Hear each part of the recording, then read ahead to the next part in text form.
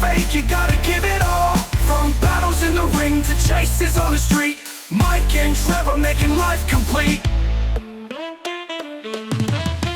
Punching bags and bounty tags, they swap tails. From the ring to the streets, they never fail. Lessons learned every step they take. In this crazy life, there's so much at stake. I'm Trevor. Obviously across from me, just like every other day of the week, Mike Gonzales. What up? What up? That's becoming your tag. Yep. I don't know what else to say. That's it. Hey, Just it's it. just What what up? up? I'm here. Now, It's one of my favorite days of the week. Tuesday and Saturday. Tuesdays and Saturdays. This is After the Final Bell, a podcast about life after an adrenaline-fueled career. I am in a new phase, or after a fight. Yeah, I'm in a new phase in life where I don't get to be the adrenaline junkie I used to. Mike is now coaching full time, so he doesn't get punched in the face near as often. Done. But we do have a special guest in studio with us today. Good friend, old friend, Yousef Zalal. Yeah, you know me since I was, oh my God. Like, I knew you before you could have a beard. yeah, that's That's a long time. That's true, right? Hey, coaches still get adrenaline, a lot of adrenaline with coaching too. So I'm just saying. No, Not as much. I'm not trying to get in Yeah, there. that was my bro. I get terrified. Like I watching my teammates or something like that, like just coaching them, and I'm like, I gotta hide it. You gotta hide it, like not show it. And I'm like, oh my God, bro, I'm freaking out for you, bro. So over the last several years, you and I have bumped into each other at local and regional fights where you'll be cornering a young fighter. Yeah. And usually I'm doing commentary or some kind of media there. And watching you walk out with fighters, your eyes are just as big as when like it's your fight. Oh, bro, because I'm hyped for them, but I'm like, fuck, don't show it. You good. Bro, because you never know. You're like, oh my God, like, you're about to fight in front of people, but Yeah. obviously the pressure is not on me no more. It's on you, but I'm like, but I feel it for you. You know what I mean? Because you like, all those thoughts go in your head. So definitely, for sure. I don't, man. I think I've cornered 3 fights. One of them because the kid showed up with no one. Oy. No one. Oy, oy, oy, oy, oy. That's tough. And it was a kid that I'd beaten. Oh God. So And you I just coached. I felt bad. You know, That's yeah. I was just like, yeah, I got you, my guy. And that wasn't good. Was he at least getting paid? I don't think so. No. Oh, I don't think so. I don't think so. Man. No. No. I that's only not get good. nervous. Once the first strike's thrown, whether it lands or it don't, Yeah. that's it. It's all gone. Yeah, you folks. Yeah, you locked in for sure. For me, if they don't engage, I start to get weird. Like early, I'm a kind of guy. Go. I'm not a wait. I'm not feeling out. I'm like, let's find out Oh, real fast. You're a better man than me. let's get in yeah, now. Not me. No, not me. Yeah. Bro, I takes me sometimes 5 minutes just to even figure out what the fuck are we doing, bro. Do we want to do Yeah, bro, I'm good. Like, there's some fights I'm like, holy shit. Like, that was actually more locally than anything. I was like, God, this is going to be a long night. Yeah. But some fights, I'm like, okay, I got to figure it out, this, and that. But yeah, you guys are better than me, I'll tell you that.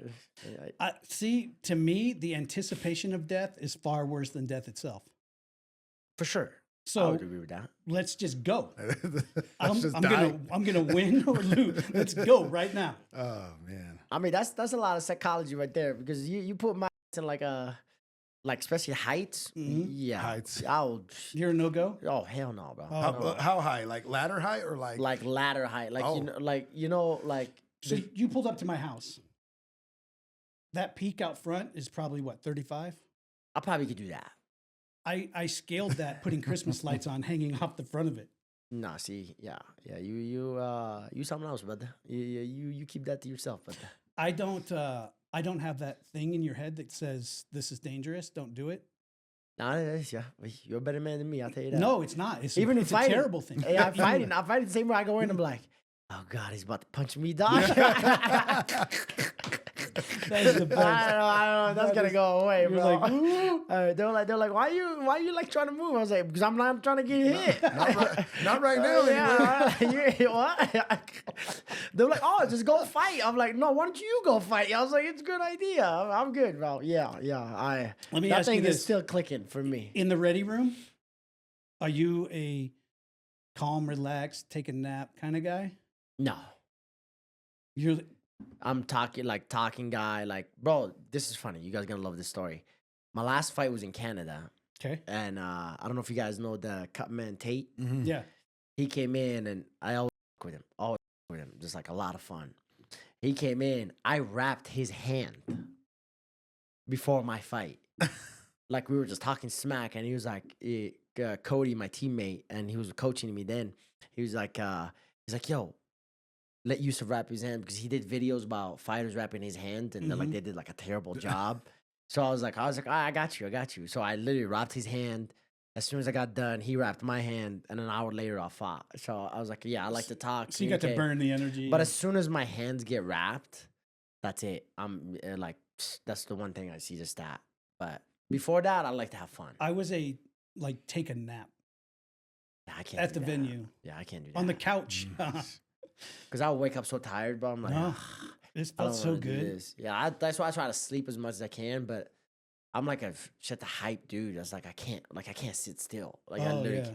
like even the coach will like scream at me and like, just calm down, like just relax, just sit down. I'm like, I literally can't. Like I'm like, want to move, like especially before coming in, like you can tell, like when you walk into a locker room, like you can feel the energy. Like last fight, I just walked in and everybody just like, Going to a funeral. yeah, you got when you have the to deal two with fighters with the everybody's. headphones. You got to deal with everybody's adrenaline dumps, Bro, so I was like, because I their walked energy's in, just bouncing on you. bro, I literally just walked in and the lady was like, oh my God, this is the energy we need. And I was like, what the fuck are you guys doing? You guys about to go fight? I was like, what are you talking about? I was like, this is what you've been waiting for, aren't you? Like, this is the moment. I was like, why the fuck are you so sad about it? I was like, so like I walked in and like kind of seeing, and I was like before, like I kind of let that energy, like, this is why I hate fighting with teammates. I don't like fighting with teammates.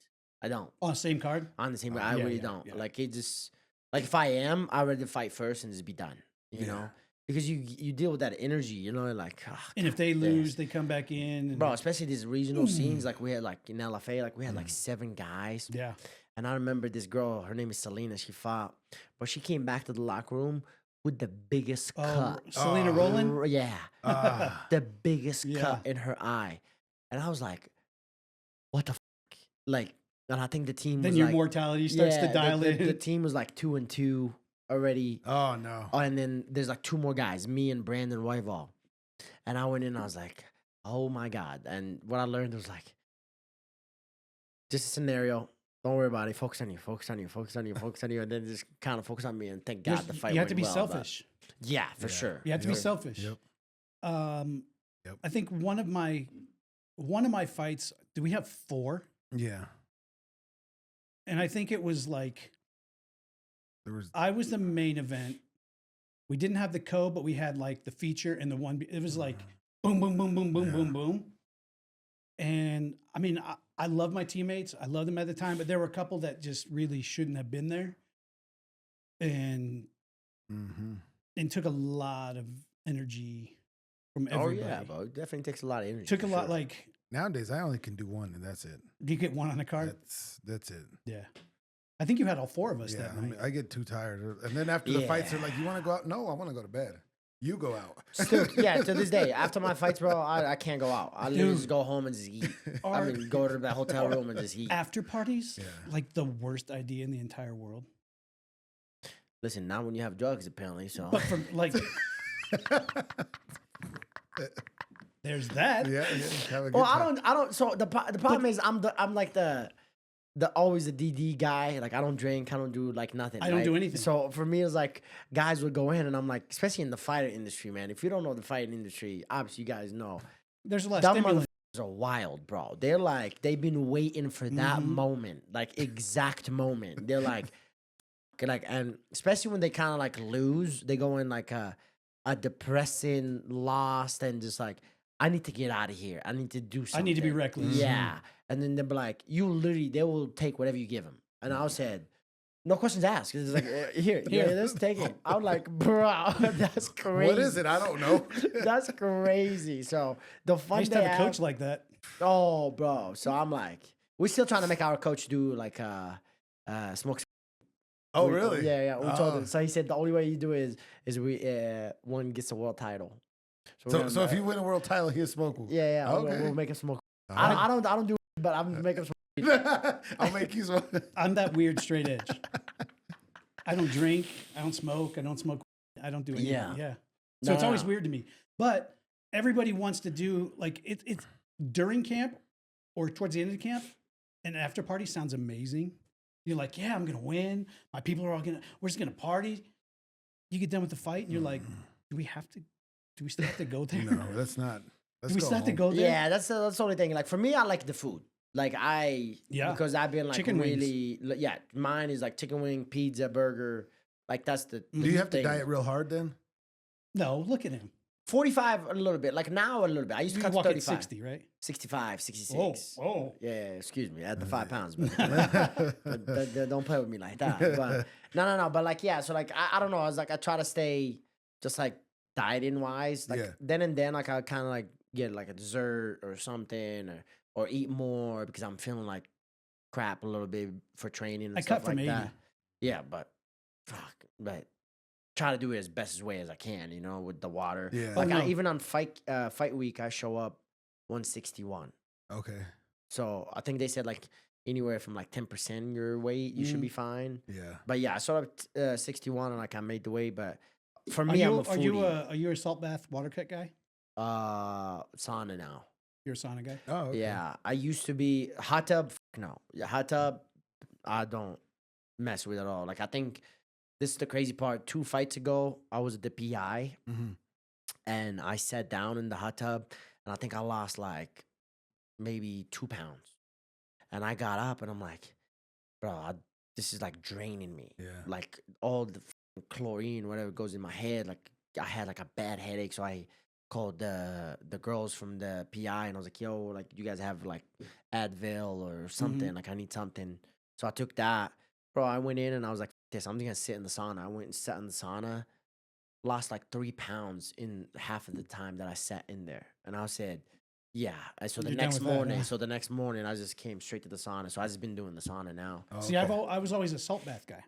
So South Bad's not bad. I like that too. We talked about it once before. For me, it was if I could wake up day of weigh-ins 10 or less, I could salt bath it and be just fine.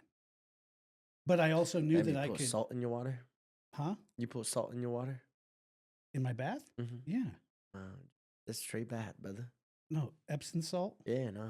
That's old school. green, the fucking alcohol, the green label fucking Yeah, alcohol. that's old school. Yeah. And Abilene. Yeah, that's old school. Yeah, I don't do that. Dude, I used to dump 10 pounds day of weigh-ins No, that's crazy. because I knew I could rehydrate and get all of that back so fast. That's crazy. Yeah, you wild for that, brother. Yeah. I'm I didn't look keeping good. it about- I didn't look good, huh? Yeah. No. Skeletor. at He weigh-ins. said no. He said no. Yeah. no. I don't know how we fought, but you. No. And I was, ugh. I mean, that's the worst day ever, but I'd like to make it, instead of the worst 3 days ever, I just make it the worst one day. Well, yeah, I like to enjoy my life, brother. I was telling them a couple weeks ago, because Mike, like I didn't want Mike around me during my weight cut because maybe it was a little reckless, but Oh, it's for sure reckless, for sure. dude, at least 3 times out of the Yeah, for sure. standing up and just woo. Oh, bro, we had what's his name, Zach Cummins that fought in the UFC like yeah. so many times. Bro, I never seen like I thought they were joking when they said like no, like he literally passes out every weight cut, and I said no, Yeah. no way, bro. I walked in and it was in Chicago. I remember, fucking, he got out of the bath and they grabbed his hand like they were holding him and everything. And now this is why now I stay behind everybody. I don't care if you're feeling great or amazing. I do not care. So, bro, he literally just sat there and then let go. And then the guy was like looking over here, and all he hears is boom. And he hits the mirror and cracked him open. And that's what pulled out of the fight. And I was like, oh my God. I got so lucky more than one time because for me, I salt bath by myself. So my wife would be in the living room. Oof. And so I'd start to get out of the tub. I'd be like, all right, I think I'm good. I think I feel pretty good. And I stand up. And then as soon as you stand up, head first, right out. And you know, apartments, I was in an apartment. Then the bathroom in an apartment is Small. It's tiny, Yeah. and there's corners everywhere. The only thing I ever did was pull a towel rack off. Oof. Yeah, bro. Our coach like will fucking lose his shit every time, especially when it's like regional. Bro, he's just like, I don't give a what weight you're cutting. You need somebody to either drive you or be with you at all times. Yeah. Mm-hmm. I don't care who it is. And I always they're had to have like, someone drive me to weigh-ins because there's no way. bro. I would but have got a it's like- DUI, not from Yeah. alcohol, just from like But yeah, he like he screams at us. dry brain. He screams at us for that, bro. Yeah. It's crazy. Like, So I had a teammate for one of my last fights who was there and hung out with me during my cut, and I'm pretty sure he caught me buck naked falling out of a tub. oh, bro, the amount I seen, so like, you And know what the And the thing is, I was like, I passed out going out, but I didn't want to lose the body heat, so I'm like, give me the apple. the dumb shit that we fighters do, bro, and the coaches have to deal with. I was bro. slathering up as I couldn't get up because he had just caught me. Like falling. I can't imagine. Like look at all the coaches. Like how many times they see us butt ass naked. We don't give a fuck. We just walk in. I'm and like, nothing looks good at that point. oh hell no, hell no. The coach is be like, damn, bro, is that what you doing? I hope you're a grower. Yeah, you look at your girl and be like, really? Sorry, this baby. is the guy you went for? That's a bad time, dude. That's No, bro. It's bad. That's why I'm saying, like, I give props to coaches, man. And I give props to the coaches that, like, go in with you, too. yeah. Like, in the sauna and shit. Like, that shit, like, that's a, like, that, I like, just didn't want him anywhere near me. I love having people around me. Like, I like to talk Oh, a little bit. like I'll have somebody near me, Not him. not him. Because he would tell you what the right and wrong. Oh, because he would be so mad. Well, A, I would lie to him Do you about my weight. blame him, bro? No, It's like, no. you trying to die, bro. I would lie to him about my weight all week Oh, hell no. No. because I knew what I could cut, Nah. but I knew that he wasn't comfortable with that kind of cut. Yeah, I learned that the hard way too. Like some people will be like, they come in, they're like, they lie to us, and then they're like, especially at the UFC level too. I'm like, why the fuck are you lying? Who you trying to, like, you think you just gonna got this? They'll be like, oh, I woke up like 10 over. The dude woke up 15 over, and then comes around, misses weight, and I No, was 10, like, 10 over. I knew 10 over. 10 over was a guarantee for me. Wake up 10 over, and it's a guarantee I can make It weight. happens so much, though. So much. Mhm. I don't know why. Like Oh. literally why. Dude, what was his name? Do you remember? I got to the point now we have the scale at the gym and it's like, Just get on. 100%. Let's see. No, I Step gotta one. watch it. Yes. Yeah, I'd be like, oh, no, I well, no, gotta- because then they say I gotta sprain. that's off. Well, I don't care. Whatever it says, My just knee, that's what you my weigh. knee, I got to get to the training room. My elbow. Nope. I can't stop by that scale. Yeah. What was that? Do you remember that guy that came to 303? He was on the UFC Denver card Who? a long, long time ago. This Was is it, like his name was Patrick. Patrick. Yes, his I don't name know was. his name. I don't know his last name, but So check this out. he was way heavy. Like 2 days before, he was way heavy. he's like, "Hey, do you want to film some fun videos?" I was like, "Yeah, let's hang out." We're fucking eating. Oh my god. We film a funny sketch video in the hotel where he's like trying to get to the lobby store to get candy, Yeah. and I'm trying to stop him from doing it. Like we filmed like a whole sketch comedy series. He made weight. No. No.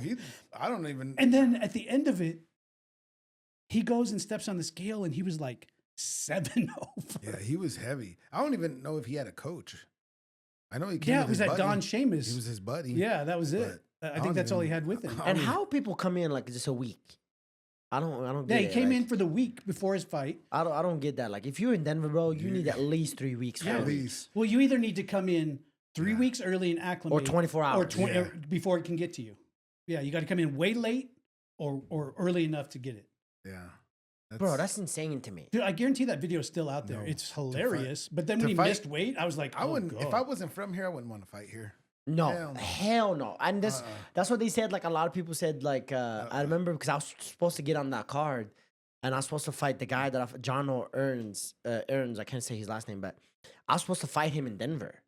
And then they were like, "Oh no, like he's hurt. Blah blah blah. We're gonna move it 2 weeks later." He was hurt by altitude. And I was like, He "Yeah," didn't wanna but and I fight. found out I was like, "Why don't you give us a different opponent?" And they were like, "Well, nobody wants to fight in Denver." And I was like, "What?" They're like, yeah, like it's an actual thing. Like Oh, yeah. Utah, Denver. Well, just think about those veil cards.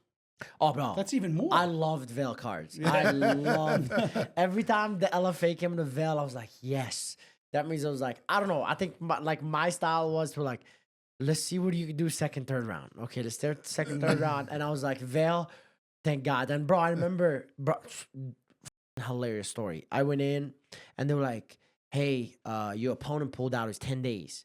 And they were like, I remember I was cornering, I think in Nebraska or something. And they sent us this name. It was a Mexican guy. And bro, we looked up the name and it's 3 different Mexican fighters.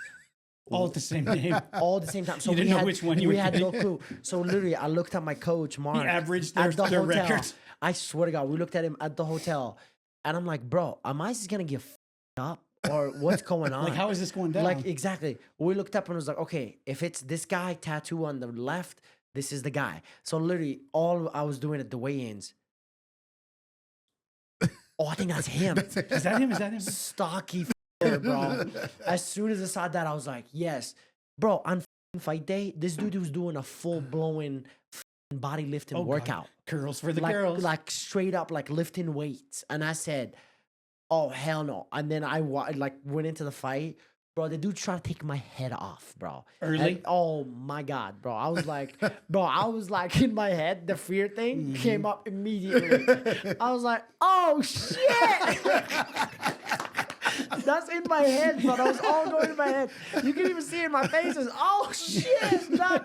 Hold on. Bro, he was throwing so much power that he was spinning. That's Oh, how much. damn. That's how much power. Did you just get on your horse and make him move for the Bro, whole first round? Thank God, when he hit 3 minutes, the dude was gassed. Yeah. Like he was like slowly gassed. Yeah, the Gosh. big muscles. But Big like kind of oxygen. got him. I kind of got him in the second round, so I submitted him in the 2nd round. But I was like, thank God, bro. But that fight, I was like, bro, I was so scared of my life because we like kind of watched You're it like, if before, he hits me, bro. And the problem is, these guys will have a lot of fights in Mexico. It's not in their record. yeah, yeah, yeah. So I was like, bro, we looked at these guys like They're like 47 and 19 yeah, they're in like, Mexico, they and say out he's here they're 4 like and 1 4 or 5 and 3. 1, Yeah. and I said, no, he's not, bro. Like we looked up and we couldn't find nothing. So we had like a straight boxer, and I was like, Coach, are you kidding me? I'm fine. Like he was like, I don't know. And then we found one who was a kickboxer, and then one was like, okay, I think he's an MMA and a boxer. So I was like, okay, but this kid was like a straight boxer, and I was like, oh God, but he just like power just puts people to sleep, bro. And I was like, he was tiny too, bro. He was hilarious, bro. Deep kicks to the gut all day. No, that. Run. Take him down. Yeah, or Hold run. on, let Drag him down to drown him. Let me get him tired. And then Yeah, but I ain't teeping nothing. So he catch my arm and just. He couldn't reach you. Oh yeah. No, what he does, brother. Then we got a problem. No, I'm Yeah. good. I like to keep my chances It's higher. not a fight till you get hit anyway. No, well, no, not me, but Or don't get hit I at try all. to go and fight without getting You're hit. like, I'll tell you that. If I could look just as pretty on the way out, Think about it, bro. Like you go in, be like, wow, like I do understand this. Like it happened to us this in New York. I don't know if you guys know David Dunama. He fights in the UFC as well. He's my teammate. He's like my main training partner as well. Bro, he goes in. I don't know why my dumbass kept speaking, coaching. I literally just wasted all my voice. You know when somebody just goes in their mode, like you're got that was him. you might as well not. You're Bro, you're just such a body in the showman. corner. Yeah, he's just literally such a showman. Yeah. I looked at the coaches 2 minutes into the fight, and I looked back because Cody's with us, and Cody never coached Unama before, and I told him, I was like, he's not gonna listen. We're screaming. Oh, that's We're frustrating. fucking screaming. Frustrating. And then to be honest, bro, like after the fight, you got the matchmaker coming up to you and saying that was a fucking great fight, and I Yeah. was like, for example, bro, Gaethje, like he even said, I think he said in an interview, he was like, if I didn't fight the way I fight, I would not make the money that I make, Right. which is a fact. Oh yeah, 100%. Which is 100% yeah. fact. But that's what I'm saying. I was like, some guys will like kind of go like that way, and some guys are like just like, okay, I like stay clean, get the fuck out, you know. But I'm on that guy and still make money. Let's you get know? dirty. No, it's okay, bro. Let's get dirty. That's the only way to play. Listen, I said this is like if somebody can get it out of me, cool. Like I've been in like you know who did? It was fucking Chepe, bro. I fought Chepe in LFA He's a in main maniac. event. That motherfucker doesn't stop. No. Like all he cares is like face Yeah. forward too. He don't care. Not even guard up or nothing. Just face Let's go. forward, head butt, like literally just head first. And I was like, wow. You could coach Chepe from a phone at your house because he's going to Every time we walk out there, I tell Valor in the back right before I said, "Yo, somebody might get knocked out. You ready?" Yeah, it's Hopefully either it's him not or us. him. Yeah. It's literally. Yeah. They're just gonna But start that's swinging. that's what makes you the money, though. You know, Yeah. like that's like people love to watch guys like that. You know what I mean? They're like Win big or lose big. Let's yeah, go. exactly. And obviously, if you fight clean and still get a finish, they still watch Now, you. But for Yeah, you, for sure. you fight pretty, which people like to see. You fight very pretty, shit, you know. which I mean, Try to. no, I mean, there's different styles. Not last fight, bro. Last fight, I was getting touched up. But for the most Start part, getting mad at like, myself. your style is very damn. calculated. You move in, you move out. That's why I tell you, I need like 5 maintain minutes, bro. distance. That's why I told you, I need about 5 minutes, brother. But a lot of people, I mean, that's entertaining to watch too. You know, there's two styles of fights that I'll watch. I will watch brawlers all day long. If they're just gonna fucking, you know, step in the bucket in the middle of the ring and swing at each other, I'll watch that all day. Or I'll watch a guy that can manage the distance but put in work. Yeah, technically beat you, yeah. Yeah, not manage the distance and nobody touched each other Yeah, for 15 no, minutes. no, Like that's the worst. There's only one thing worse than that, is that's somebody that just drags you down to do nothing.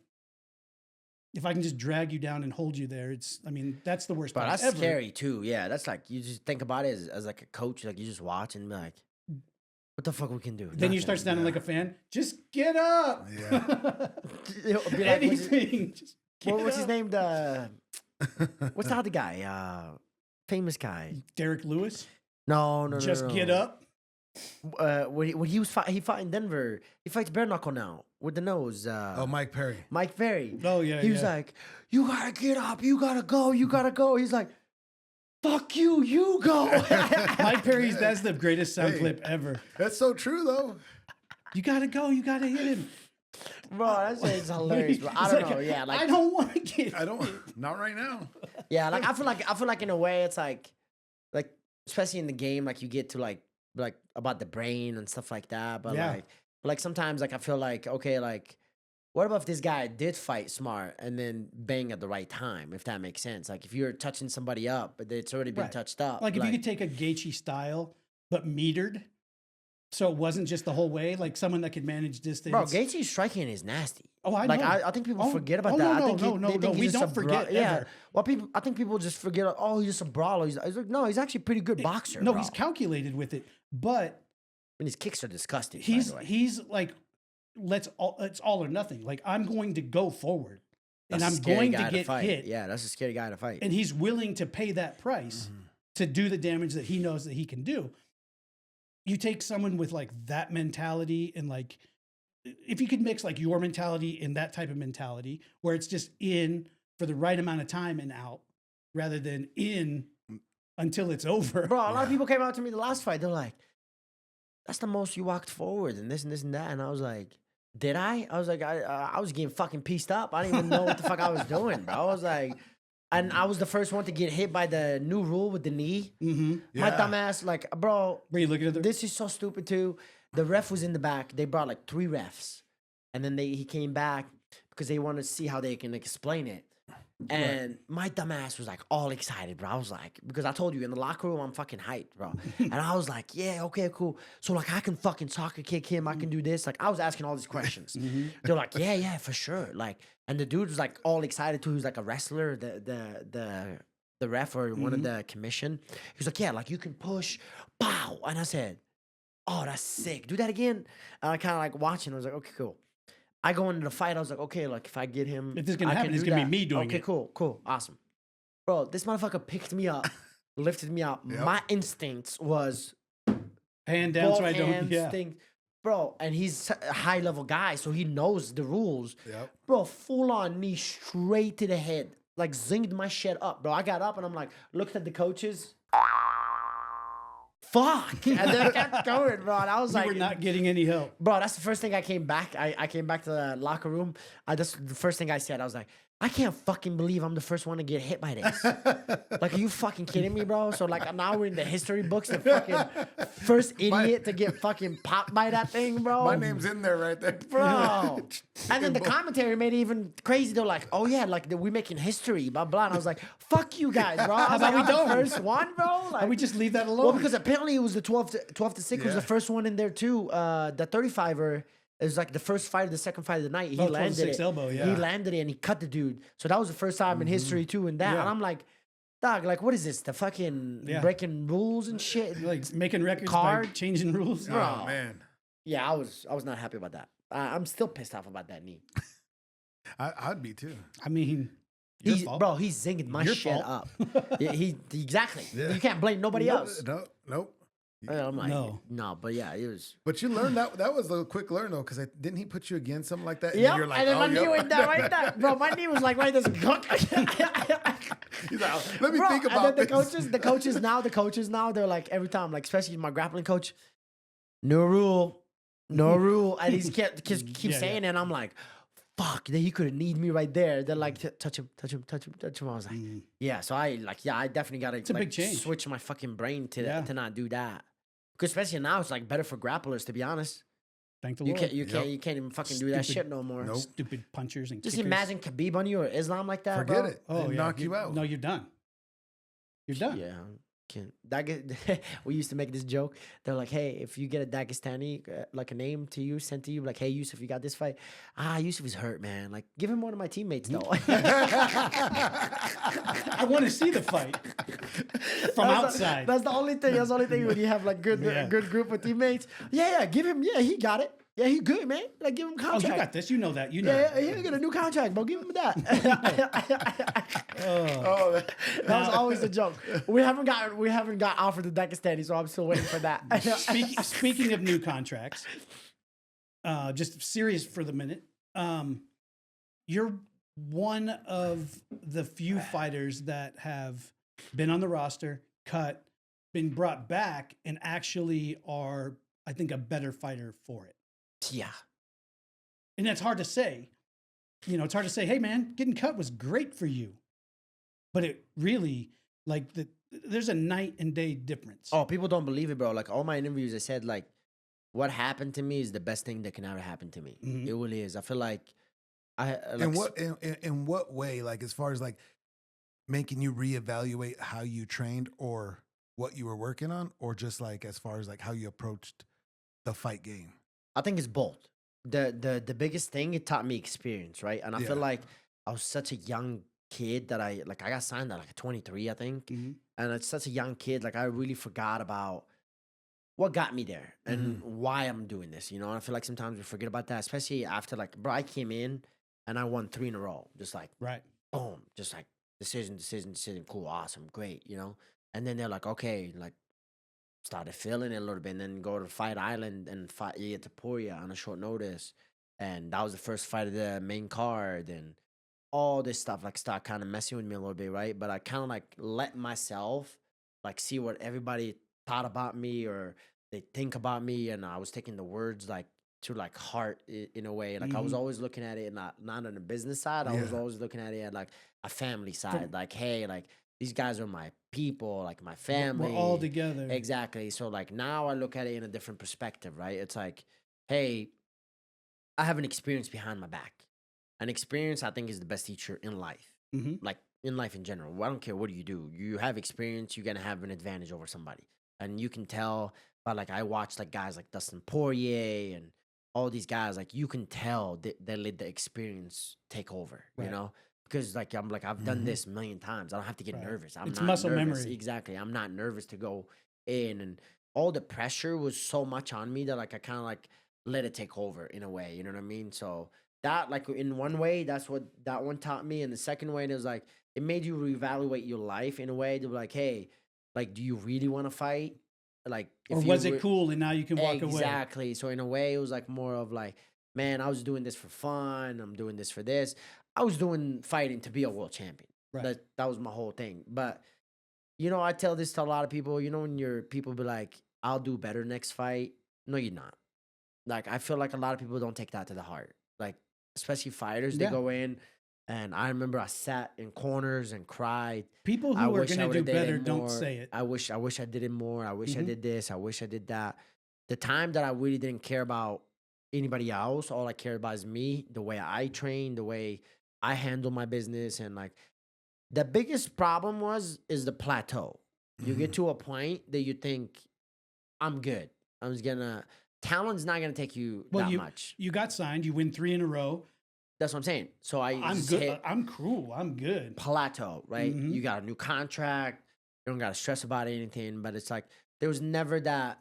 Like we're humans too. We always want something better, right? We always want. Sure. You always want the new car. Next you always level. want the new house. You always want to do new this and this and that. So for me, it was never. It was never that. I was just like, I'm fucking cool, bro. Like this is awesome. You know, I'm 3-0 in the UFC. Yeah, you know what I mean. People like, know me. My fucking dad didn't know I was gonna do this, and now I'm here. You know, like that was like kind of like my thing. But I was like, no, they fucking love me for who I am. Doesn't matter if I go in or not. But you know, but like now in a way, it's like, hey, this is what I want to do. I know what I'm capable of. One and two, and I know what it takes to get there. You know, and especially after Ilya became a champion, that kind of like really pushed my head to like, all right, you gotta fucking And you stretched him. yeah, step your game up. But bro, now it's like every opponent, like it's the scariest fight of my life.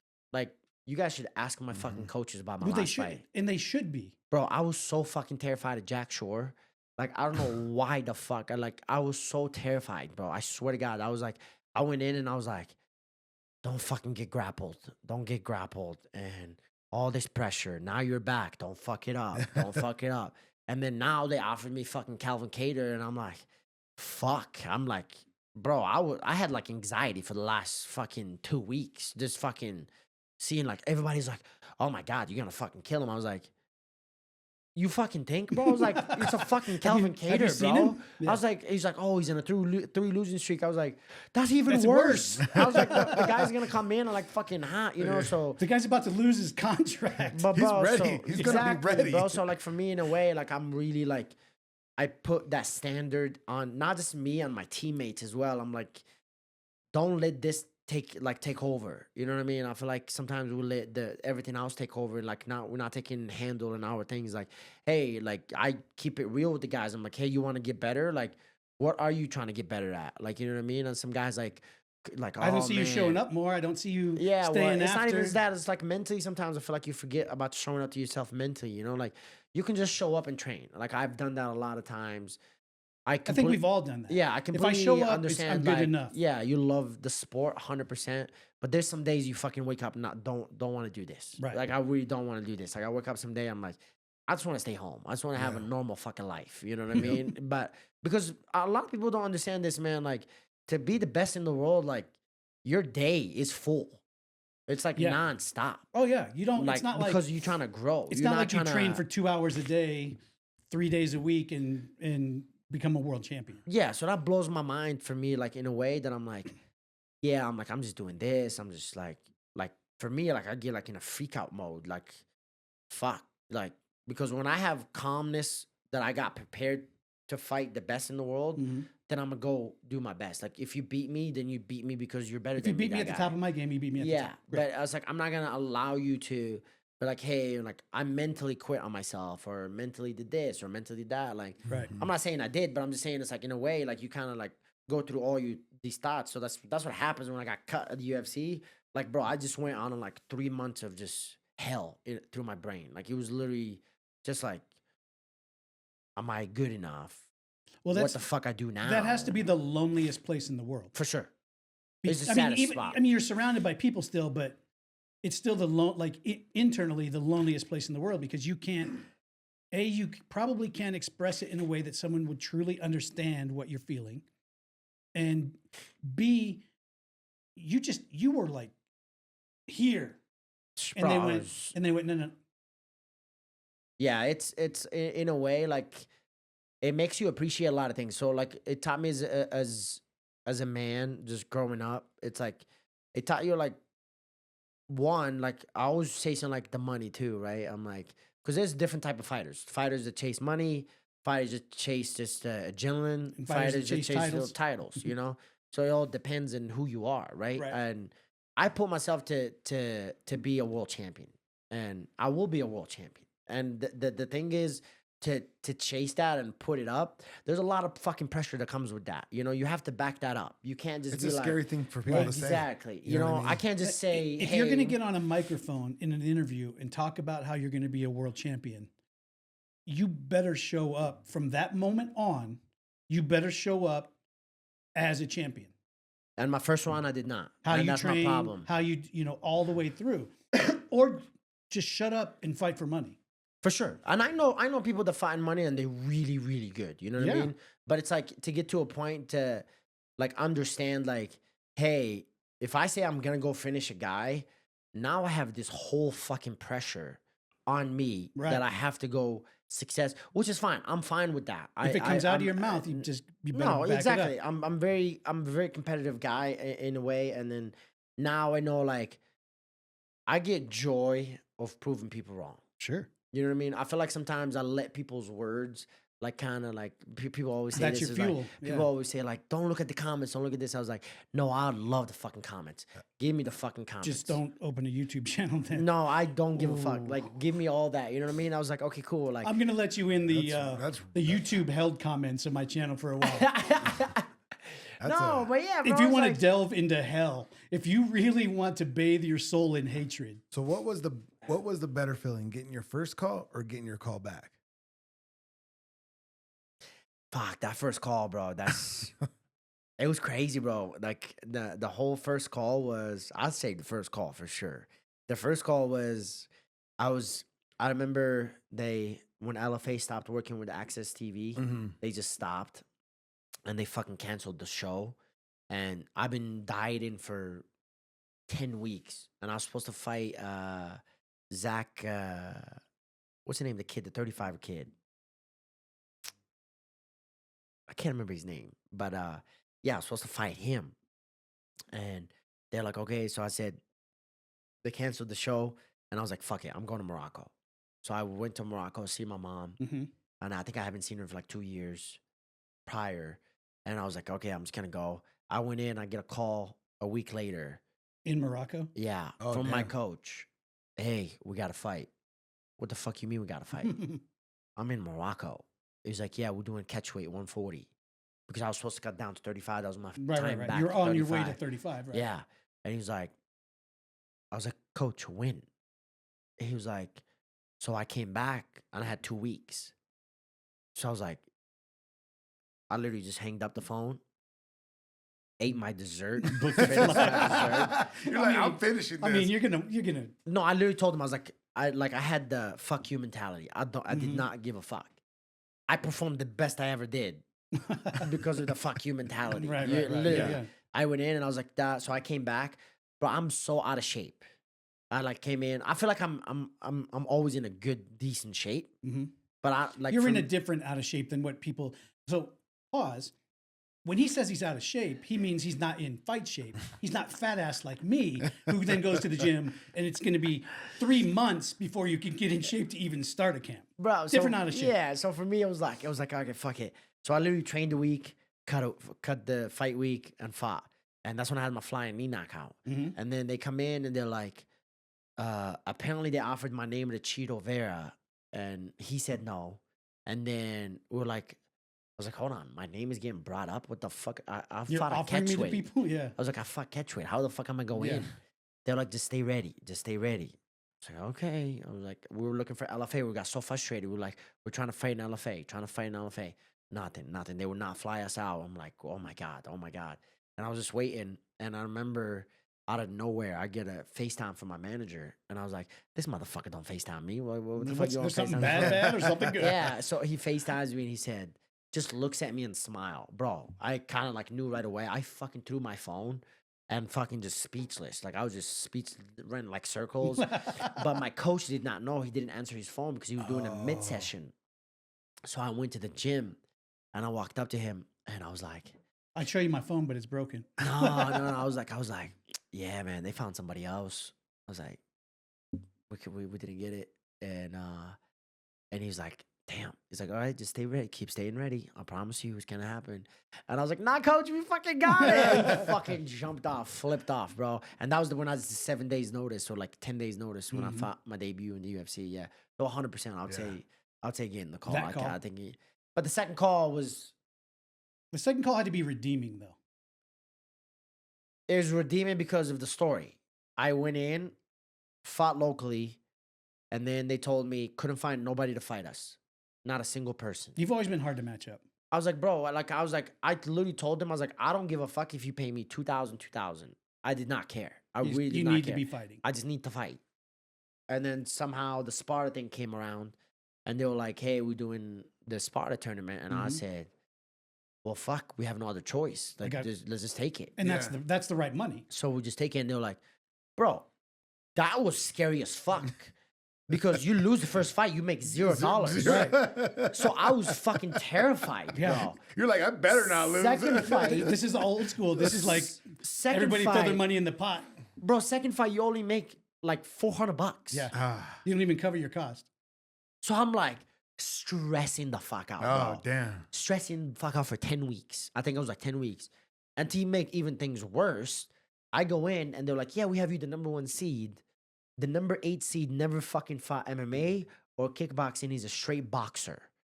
The fucking first round is the first Straight fucking boxing. Right, straight boxing. And they're like, what do you mean? He's like, oh, he's like only one and two. And I said, the guy was an amateur fucking Golden Glove. I was like, are you fucking The guy has kidding me? 600 Why amateur the fights. fuck I have to fight this and everybody Lomachenko. else? It's Lomachenko. Bro, everybody else is fighting MMA guys. Yeah. I'm fucking fighting the boxer. Can I have the boxer in the kickboxing round, please? So they did like this whole press conference thing. We're sitting down, and I'm like, drove all the way to the thing they have now.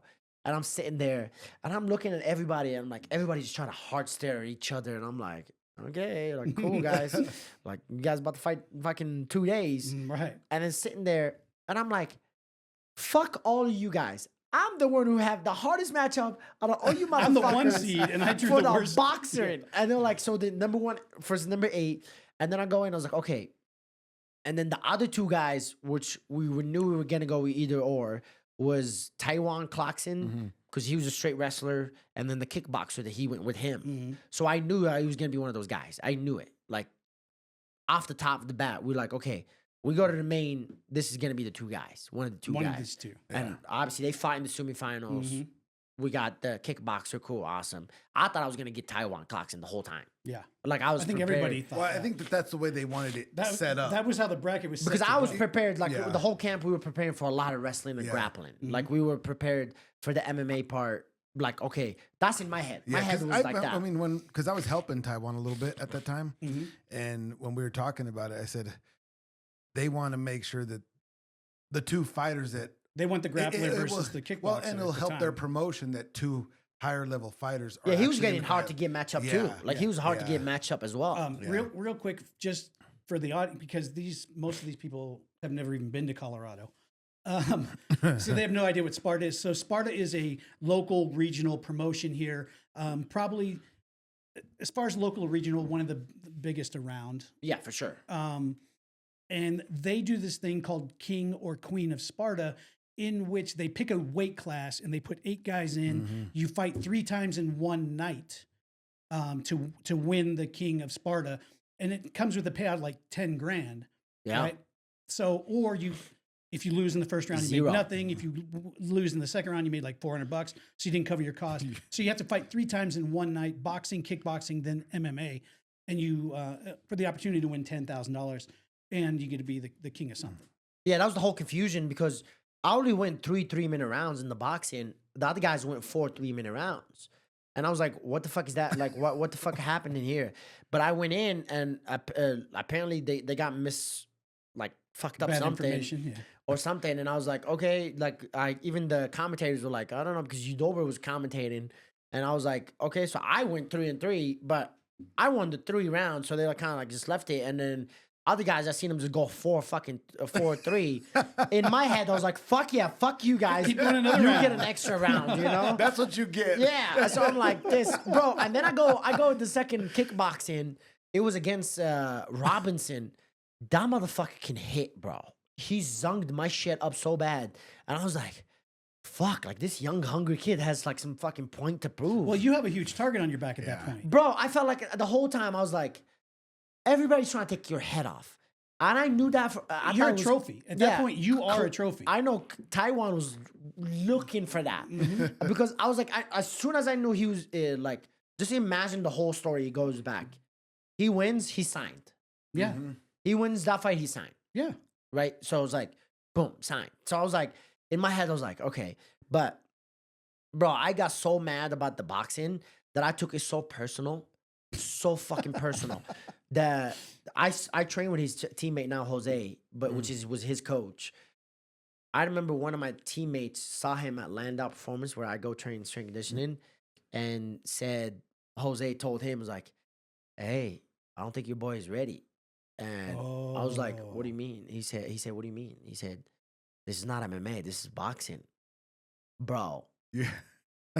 That's all you needed to hear? That's literally, as soon as you told me that, I was like, huh, okay. Go watch that fight, the boxing fight. Yeah. I was looking at his whole corner the whole fucking time. I was talking shit the whole time. They were like, oh, you got this, you got this. I was like, no, he doesn't. No, he doesn't. Like the whole time I was just talking to him like, no, he don't. He's not. Too slow. Still and then no. like kind of just talking shit to them.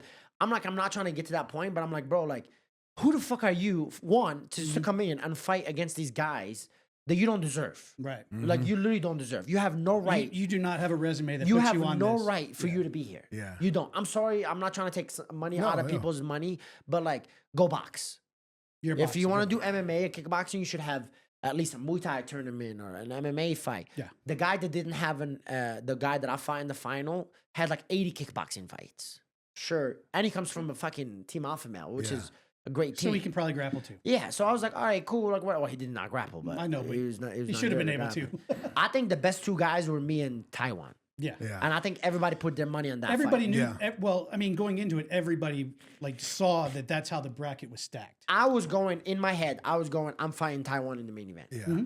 So the whole training camp, like, went from I did a lot of boxing rounds, and in the Friday the hard sparring, I do like mix ups.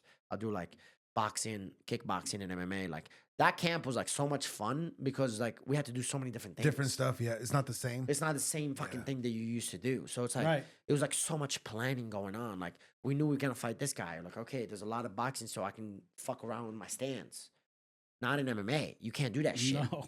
Especially against fucking Taiwan. I was like looking at it, I was like, you're gonna get fucking taken down. Get heavy on that front leg with him. Exactly. You know, so I'm like, all right, so like kind of like things like that. Okay, he's very explosive. So I was like, okay, like we have to look for the second, third round. Like first round, we wanted to just make him work. Cut make him angles, work, make him. But obviously, I fought the kickboxer, so I was like, fuck this, taking you down immediately. I don't care. I don't like, they were like, oh, you can beat him in striking. I was like, why? Why the fuck do I need to strike with a guy that has 80 fights of Yeah, kickboxing? Well, and the thing about that is when you know that there as a kickboxer, he's got 80 fights, he's on his feet. One touch. In MMA in general, but I don't care. In Right, but- MMA, If you know that and you take that away from him and drag him to the ground, Take at it least away. at least you're like probably not one touch on the ground. and what goes back to what I said in the first time on the podcast is experience. Yeah. Yep. Experience will make it a lot easier in your life. Like literally, I was like, that's like the number one thing. As soon as you saw him win, and I was like, okay, we went back because we had like fucking 3 hours before we went again, and we just like relax, a lot of ground. Right. and Switch then gears. kind of like that way, and then makes it even worse. They were like, we're not gonna move out of here because me and him were in the same locker room. Why are we Oh. not? Yeah. So Oh. Taiwan, everybody else was in the other side, Oh. and I was in this side, and they were like, yeah, it was like, Well, they didn't expect him to be there late. yeah, and I was like, he's like, no, we're not moving, and I was like, okay. So we get to watch this dude. Bold move, Cotton. So we watch this dude, and we're like, he's doing the ground warm up, and I'm like, oh, he's fucked. Like literally, we looked at him and was like, he's fucked. Like this literally all This we a did. wrap. The only thing that would have made it better if you went over and gave him some tips. What? I like my coaches came out, and like it's not me. They came up to me, and they're like, they apparently they were talking to each other. They were like, he's fucked. I was like, and literally they come up to me, take him down, and I said, I was planning on it. Trust me, trust me, because I didn't even watch him, but I was like, yeah, trust me. I'm like, as soon as they told me 80 kickboxing fights, because in the press conference they were saying it, and I said, yeah, cool. And I was like, the Robinson, like, and this is like how I underestimated that kid, but like, he, I just broke him with experience and pressure. right, That's it. But it's like that kid, like, you can. I was like, bro, stay at it. Like, if you stay disciplined and this and that, you'll definitely be there. I promise you that. But yeah, man, like I underestimated him, and he showed too, because I was getting fucked up. But I was like, don't underestimate somebody too. No. Jack Shaw was the same way, bro. I literally walked in, I was like, just grappling. And I walked in, I was like, I underestimated the fuck out of his boxing. I was like, you're not gonna box with me.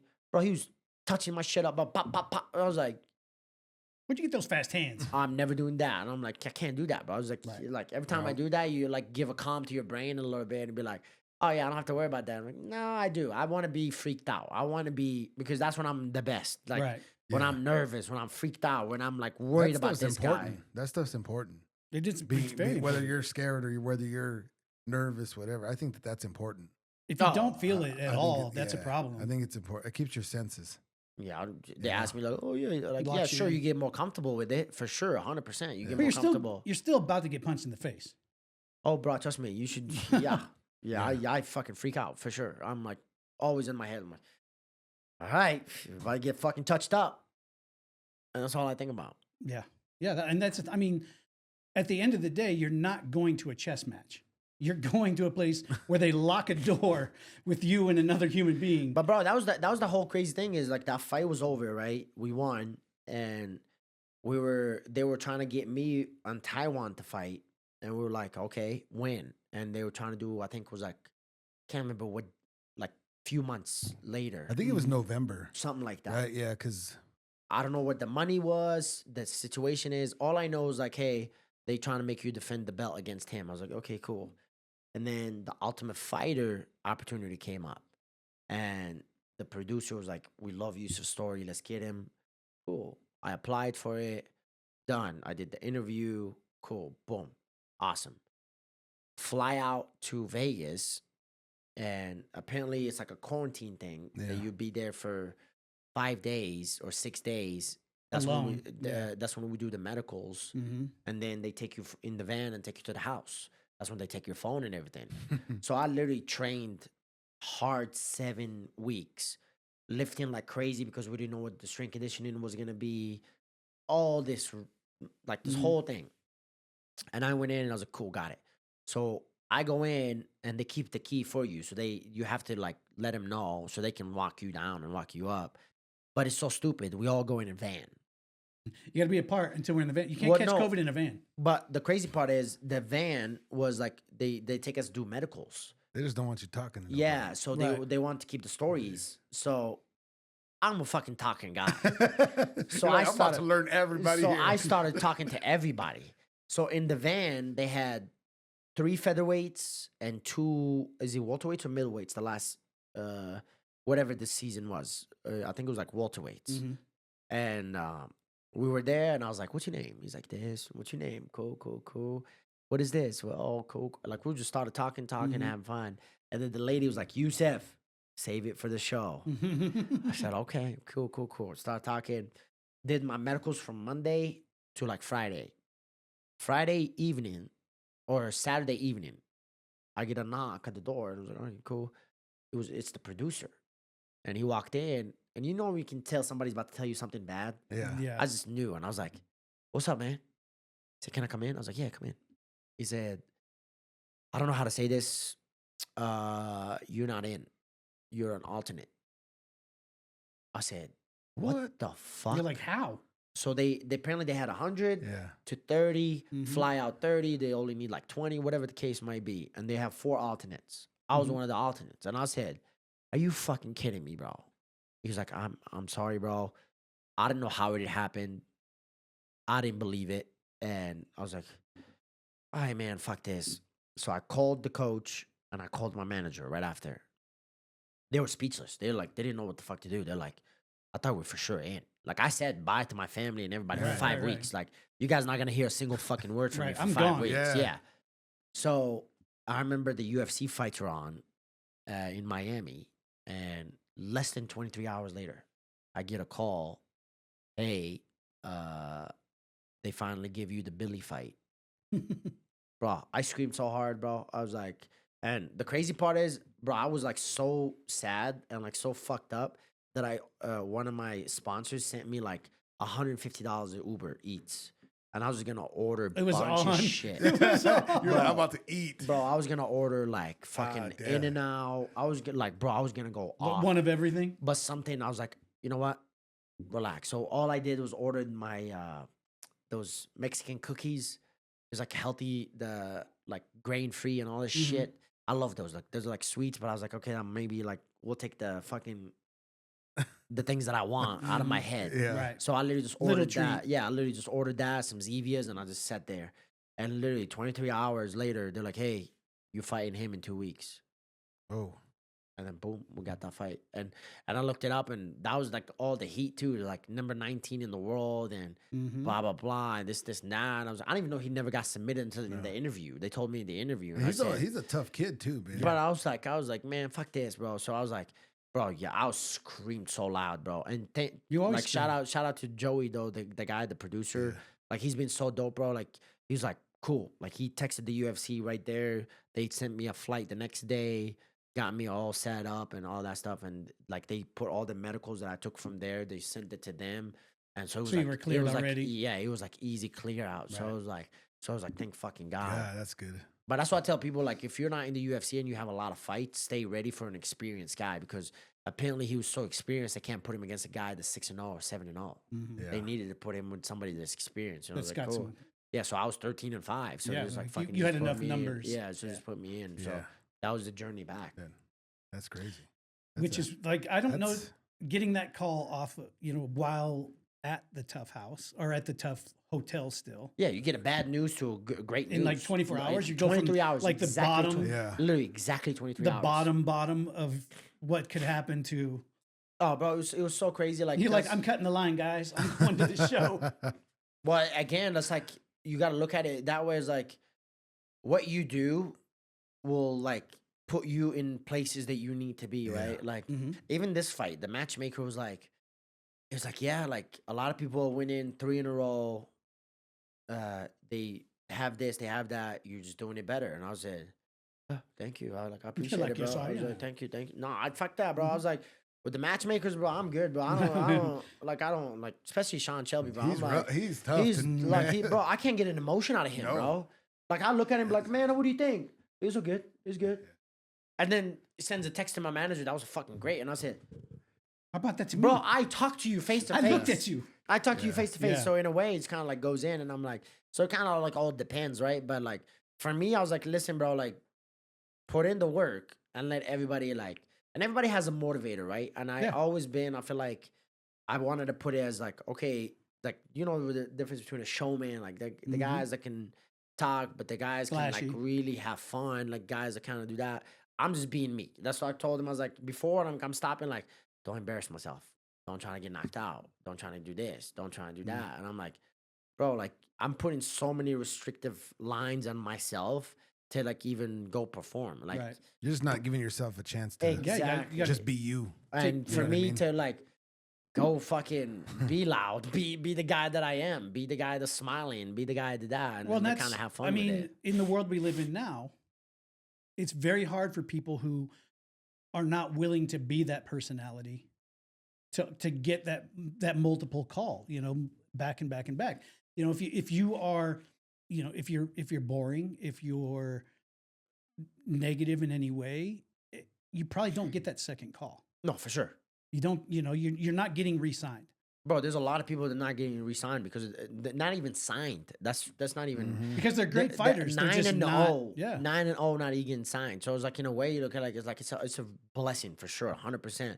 But for me, the whole thing outside the UFC to get back to the UFC was I just have a lot of shit to prove to myself. Like there's a lot of shit that I let out of my hand that I had control of. If that makes sense. And getting back has to be so self-fulfilling.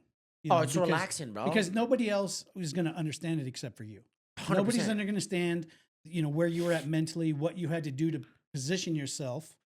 Because a lot of people, they get cut and Well, I think then they bounce around and catch some like regionals and then they just kind of fade well, away. because like he said, I think it's like it really. Do you really want to do this? Yeah. And sometimes There's it's your like, out. man, If you don't want it, here's your yeah. out. You can walk away and say that you were a UFC rostered fighter at one time, and you don't ever have to worry about it again. Because Or you see all these guys get fights in the UFC. I know I deal with it, and they're like, "Yeah, I want to fight," but then after they agree, they're like, Oh shit. That's a big How fight. we That's gonna why do you this? get, yeah, that's How why we you give it 48 hours. Yeah. That's why I tell people give them 48 hours. Like Yeah. first time you get it, you're all excited. Yeah. A week goes by. Fuck, I don't know if I want to do this. Yeah. You know, Scary. and now you gotta scare this. Like nah, like for me, it was like in a way they're like, hey, like you want to be a world champion, you have to fight the best. Like you have to prepare for the best. Well, that's just it. And like before though, I used to look at it like, well, this guy is not fighting the best, and he's fucking climbing the rankings. This guy is this. I was always looking for, and you know, they said a comparison is a thief of joy. Sure. That was that. Like for me, I was always comparing myself to everybody else. It's when people start to worry about who got more chocolate chips in their cookie. Bro, and it was even my, like, I kind of like felt like realized this as growing up as well. Like this is why I said the maturity when it comes to just emotions too. And like I was getting like super happy for my teammates, but in a way I was like, oh, why the fuck is he making that money? Like I go with him every day. Like I'm fucking beating him Happy this for or doing them. that. Exactly. With some envy instead So of in a true way, joy. I was looking that way, and I was like being like really, like just a fucking bad person, you know? I'm like in a way, so I was like kind of like realizing that I'm like when I stop just focusing on myself, like everybody, you see what you've done, and everybody do it on you, and you like, bro, people like sometimes just talk about like you made a bonus, you made $50,000 bonus. I said, nah, I didn't. They're like, nah, you did. I was like, oh, bro, I always tell them, nah, I didn't, bro. It was like this, that. Oh, you made 2 in a row? I was like, no. nah, hell no. I always lie to them. But like, you kind of see like the things like, right? And like, whenever that stopped, like, bro, the money that comes in is like way more than you ever thought. You know what I mean? I feel like sometimes we put so much focus on, well, I want to make that guy's money. Now I use it as a motivation. Like for my like vets, like my teammates, like they're super vets. I'm like, I want to get to that contract. I want to be in that fucking contract. Bro, like their life is like such a less stressful. You don't have like, bro, he comes in because he's like, When one fight a year now keeps I everything can fight going. peacefully. Right. You know what I mean? I Yeah. can fight peacefully. I'm at a point in my life that I'm like, I don't have to stress about like money and stuff like that. And like my family is doing good and all this stuff. But that's when sometimes you can plateau. You know what I mean? Because you're like, you're not getting that You feel that too good, urge yeah. of like here. Not like hungry like you were. Exactly. Yeah. So for me, that's why I said like whatever thing you have, mine is the world title. And I know the world champion that's not wake up just one day or do this. Like you have to grind Right. nonstop until you get it. It's why it's a job. And when you get it, it gets worse. Sure. You know? So now everybody's coming for your head. Very similar to when you were signed, you come back, you fight at Sparta. Everybody was coming for me. Yeah. Everybody there, you're like, what the Jesus God, what's going on? I mean, people like me can never really understand that comparison other than like for me, jujitsu. You get a brown belt, everybody in the room all of a sudden has their best round ever trying to murder you. And that, I mean, that's the closest comparison, you know, like, I'll just take my purple belt back. You sons of bitches are mean. No, that was the first fight back outside of the UFC because the guy beat my teammate Colin. And Colin fought in the UFC, obviously. He was a UFC vet. And he finished him. Like, when I finished him, lost the decision. That was at the Stampede, right? Stampede. Yeah. So the guy, bro, I felt so disrespected. They offered him my name, took it immediately. Oh, he said he didn't even think about it. Not even a callback? No, Like, yes, bro. on the phone. Yes, like Sparta called me and it was like, because we were talking, it was like, hey, I'm ready to get back to fighting and we're just looking for a fight. I was trying to do with Combat Club. They couldn't find me. And then Sparta got it done. I was like, cool. And bro, they called him. He took it immediately. I felt so disrespected, Like bro. So disrespected in a way. Like, you owe me at least a 24-hour cushion. Bro, so I was like, in a way, I was like, wow, like this guy just have all the hype and all this. So like, I felt very disrespected. And I even got more disrespected when he shows up. 2 hours, an hour and a half late to weigh-ins and misses weight. Of course. Oh gosh. So, bro, I swear to God, I was like in my head, like I didn't tell this to nobody. I was like in my head, I'm gonna fucking kill this kid. And I walked in and I can see the hype and like The bravado. calm and this and that. And I always wear a suit in fight day. I know. Every fight, I don't give a fuck what fight regional scene. I can fight at a bar. I'm wearing my suit. Like my mentality is I'm professional. I'm gonna be professional. I like what I like. I like to dress up, be good, cool. So I see all the looks, right? look at this fucking idiot. Okay, yeah, okay, cool, awesome, yeah, all right.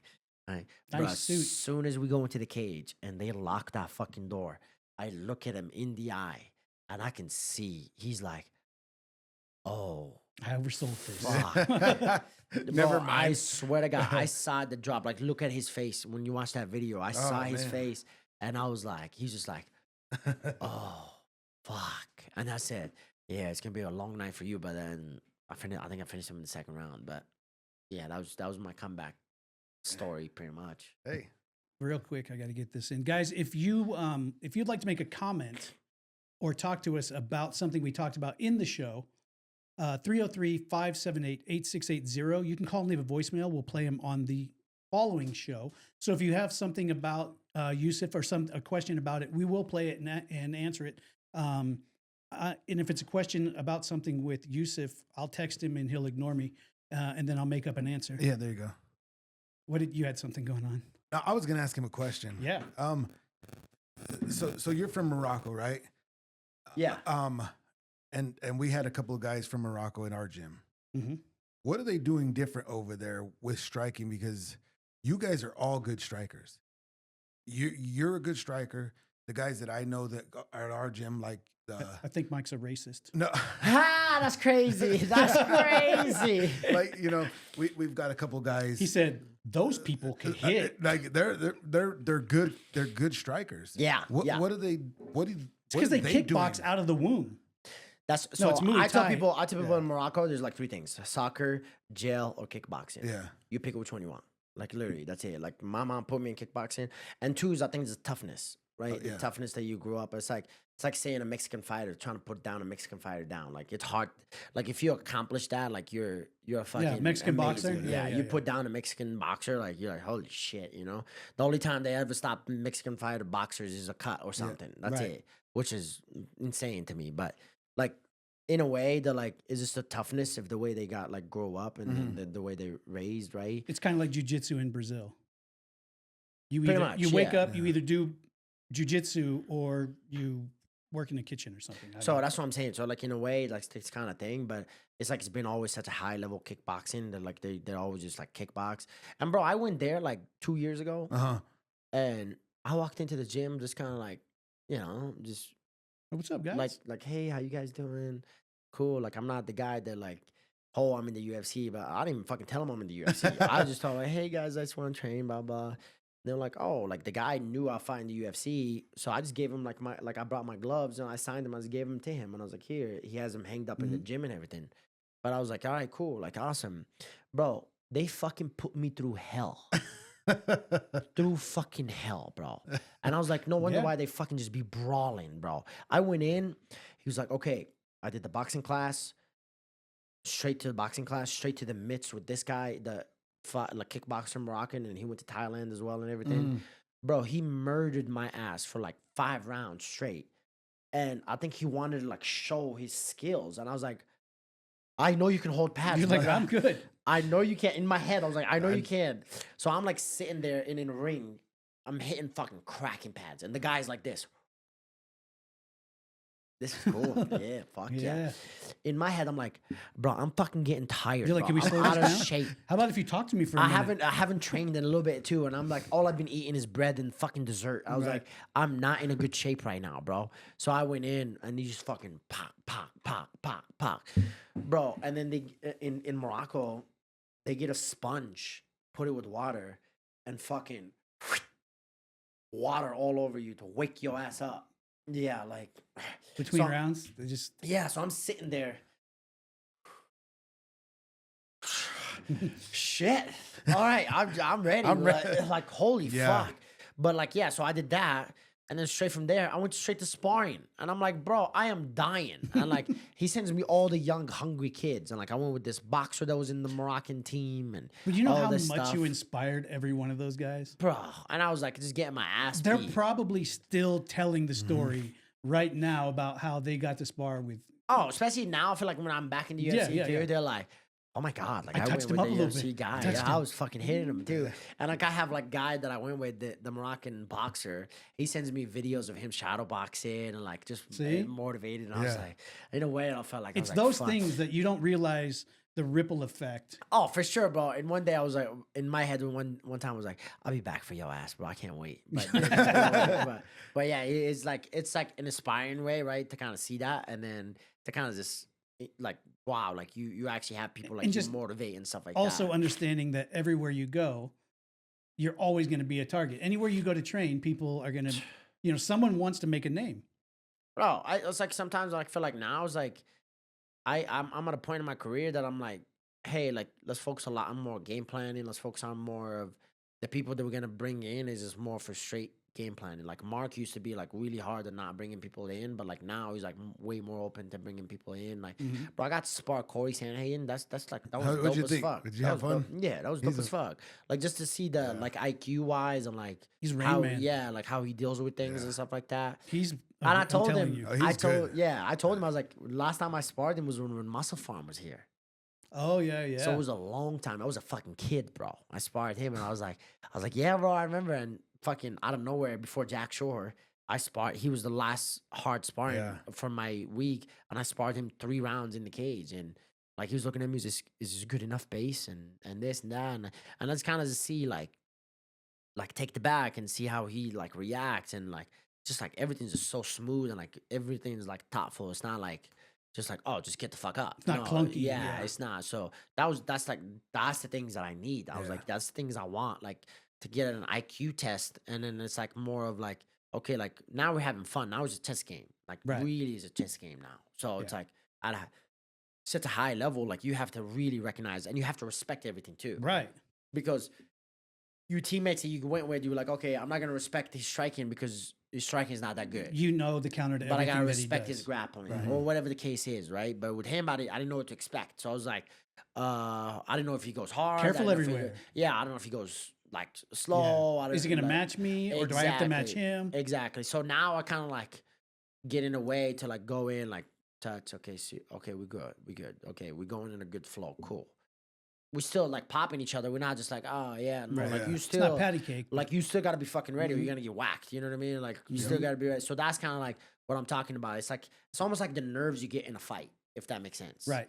Because now you Well, get it with because a you're different getting vibe, UFC level at a different sparring. with a different somebody you never Yeah. went with. You know what I mean? So you kind of feel it, and it's like kind of helpful in a way for me at least. It was against Jack Shore. I'm like, in a way, you go in, I'm like, okay, well, you fucking trained well. You did this, you did that, and the last thing was just like kind of more like made my brain work a little bit more too. Because I feel like sometimes I feel like we get to a calm spot and then you're not even working, like you're not even growing in a way. You know, I'm like, okay, I see how he moves. I see how he does this. So I like think when now you you're train with testing. and when you train with the same people, it's just like there's that mutual. When you know everybody's Respect. cheat code. Yeah, or just a mutual like, okay, we're not gonna go that hard.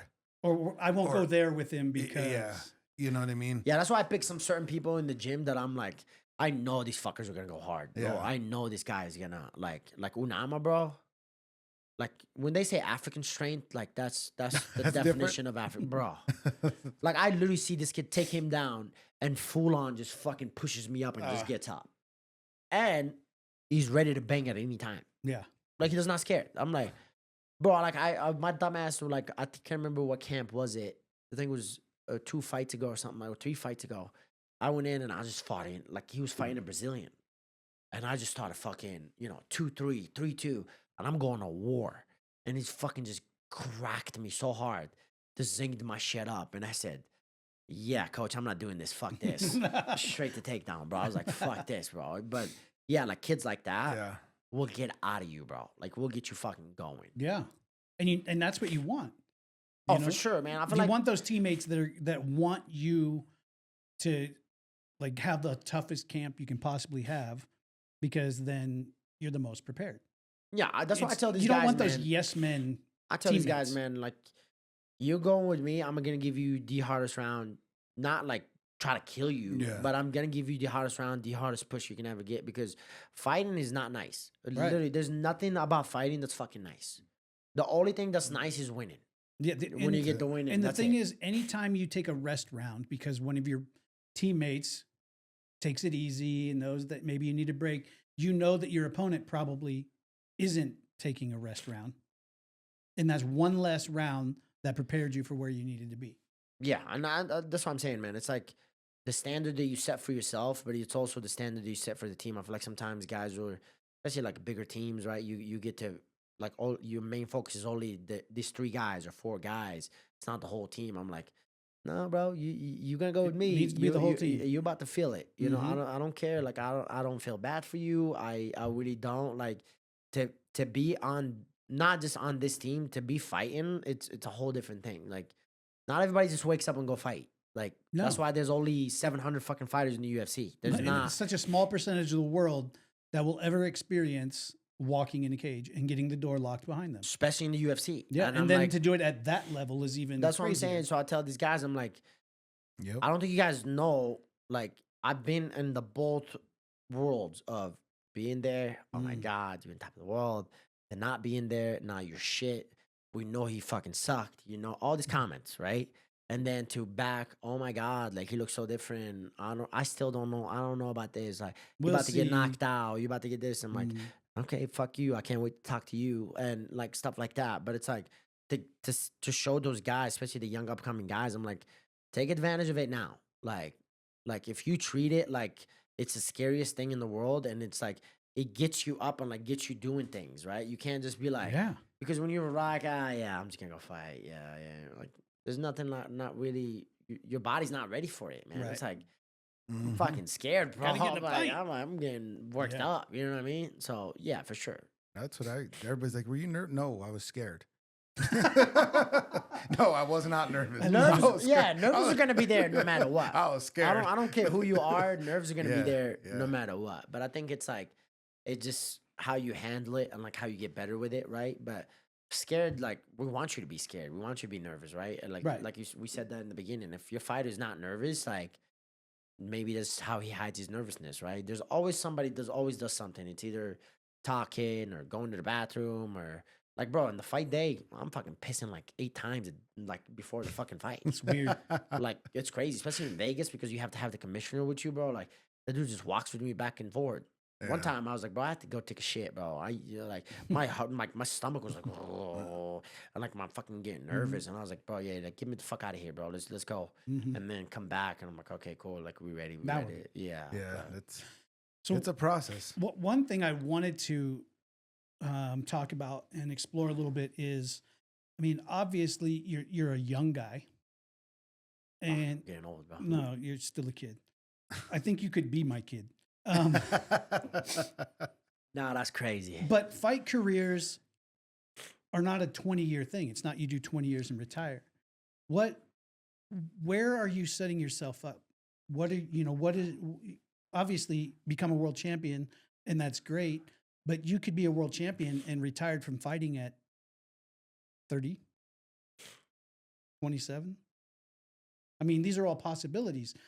Where kind of the premise of the show is, that whole after. What's your after? Like what I'm doing after? Yeah. Oh, bro, there's so many things, especially in my hometown, bro. Just to kind of change. Like I feel like I'm in a way like I want to inspire, but I also want to do it. You know what I mean? I feel like people say like, oh, I want to inspire people, but like all that stuff. But like, no, I actually want to do it. Like really help these guys in a way to, especially in Morocco. I feel like there's not that much MMA involved in it at all. Like You want to open hear a gym? kickboxing. All you hear is kickboxing. Yeah. Oh, yeah. You never hear. I feel like MMA is finally getting to a point that like, okay, like wow, like this and that. But it's like there's not a whole lot, like especially grapplers at all. You know what I mean? There's all kickboxers or maybe boxers and obviously track runners and all that stuff. But it's never that. So like that's my main focus, obviously that. And then, man, I'm like such a financial geek. Like I love just financial stuff. So I like teach kids and like I want to help kids with that as well. Financial like, literacy. Yeah, like help out with that. I feel like a lot of people don't like realize that like just your credit and your taxes and shit like that, man. I feel like those things go a long way, and especially how America is, man. It's like you see how like the number one debt problem is credit cards and all this stuff. So it kind of like just teach them ways to understand that and like help them like set their life up, like Like buy a credit isn't free money. buy a house at this time. You can do this, you can do that. You know what I mean? So, and I feel like sometimes people be like I love how people love to be on top of everybody. Like, don't fucking do that. Don't do this. Don't do that. I'm like, don't buy a fucking car. I'm like, bro, it's like if I live my life paying a fucking car payment on a car that I really love and enjoy, that means the world to me, that I'm having enjoyment, especially if I'm fucking. We were just talking about it this morning, and I'm driving to a gym and like fucking bumping my music and having my fun. That's worth it to me. Right. Yeah. You know what I mean? Yeah. I feel like sometimes we focus so much on don't do that. Don't buy a car, buy a house. I'm like, I don't think you guys understand how much it takes to buy a house. Like, I really don't think you guys know that. And the way I look at it too is you're gonna have a car payment. It's America. You're gonna have a car payment. You Unless might you're as fucking well, rich. Right. Right. Unless you're just like get stupid money laying They around. said you're not American until you have over a $500,000 debt. Oh God. If you're gonna have a car payment, you might as well have a car payment on something that you get joy. Like you walk outside and you're like, I'm just gonna go for a drive. I mean, because you need those days when you don't want to do whatever it is you're doing. Doesn't matter if it's your dream job or not. Yeah. You're still gonna wake up some days and be like, I don't want to do this today. Mm-hmm. Well, yeah, I feel like people. It'd be nice to drive in my nice car or drive whatever your bike or whatever it is you like, and get in a good mood.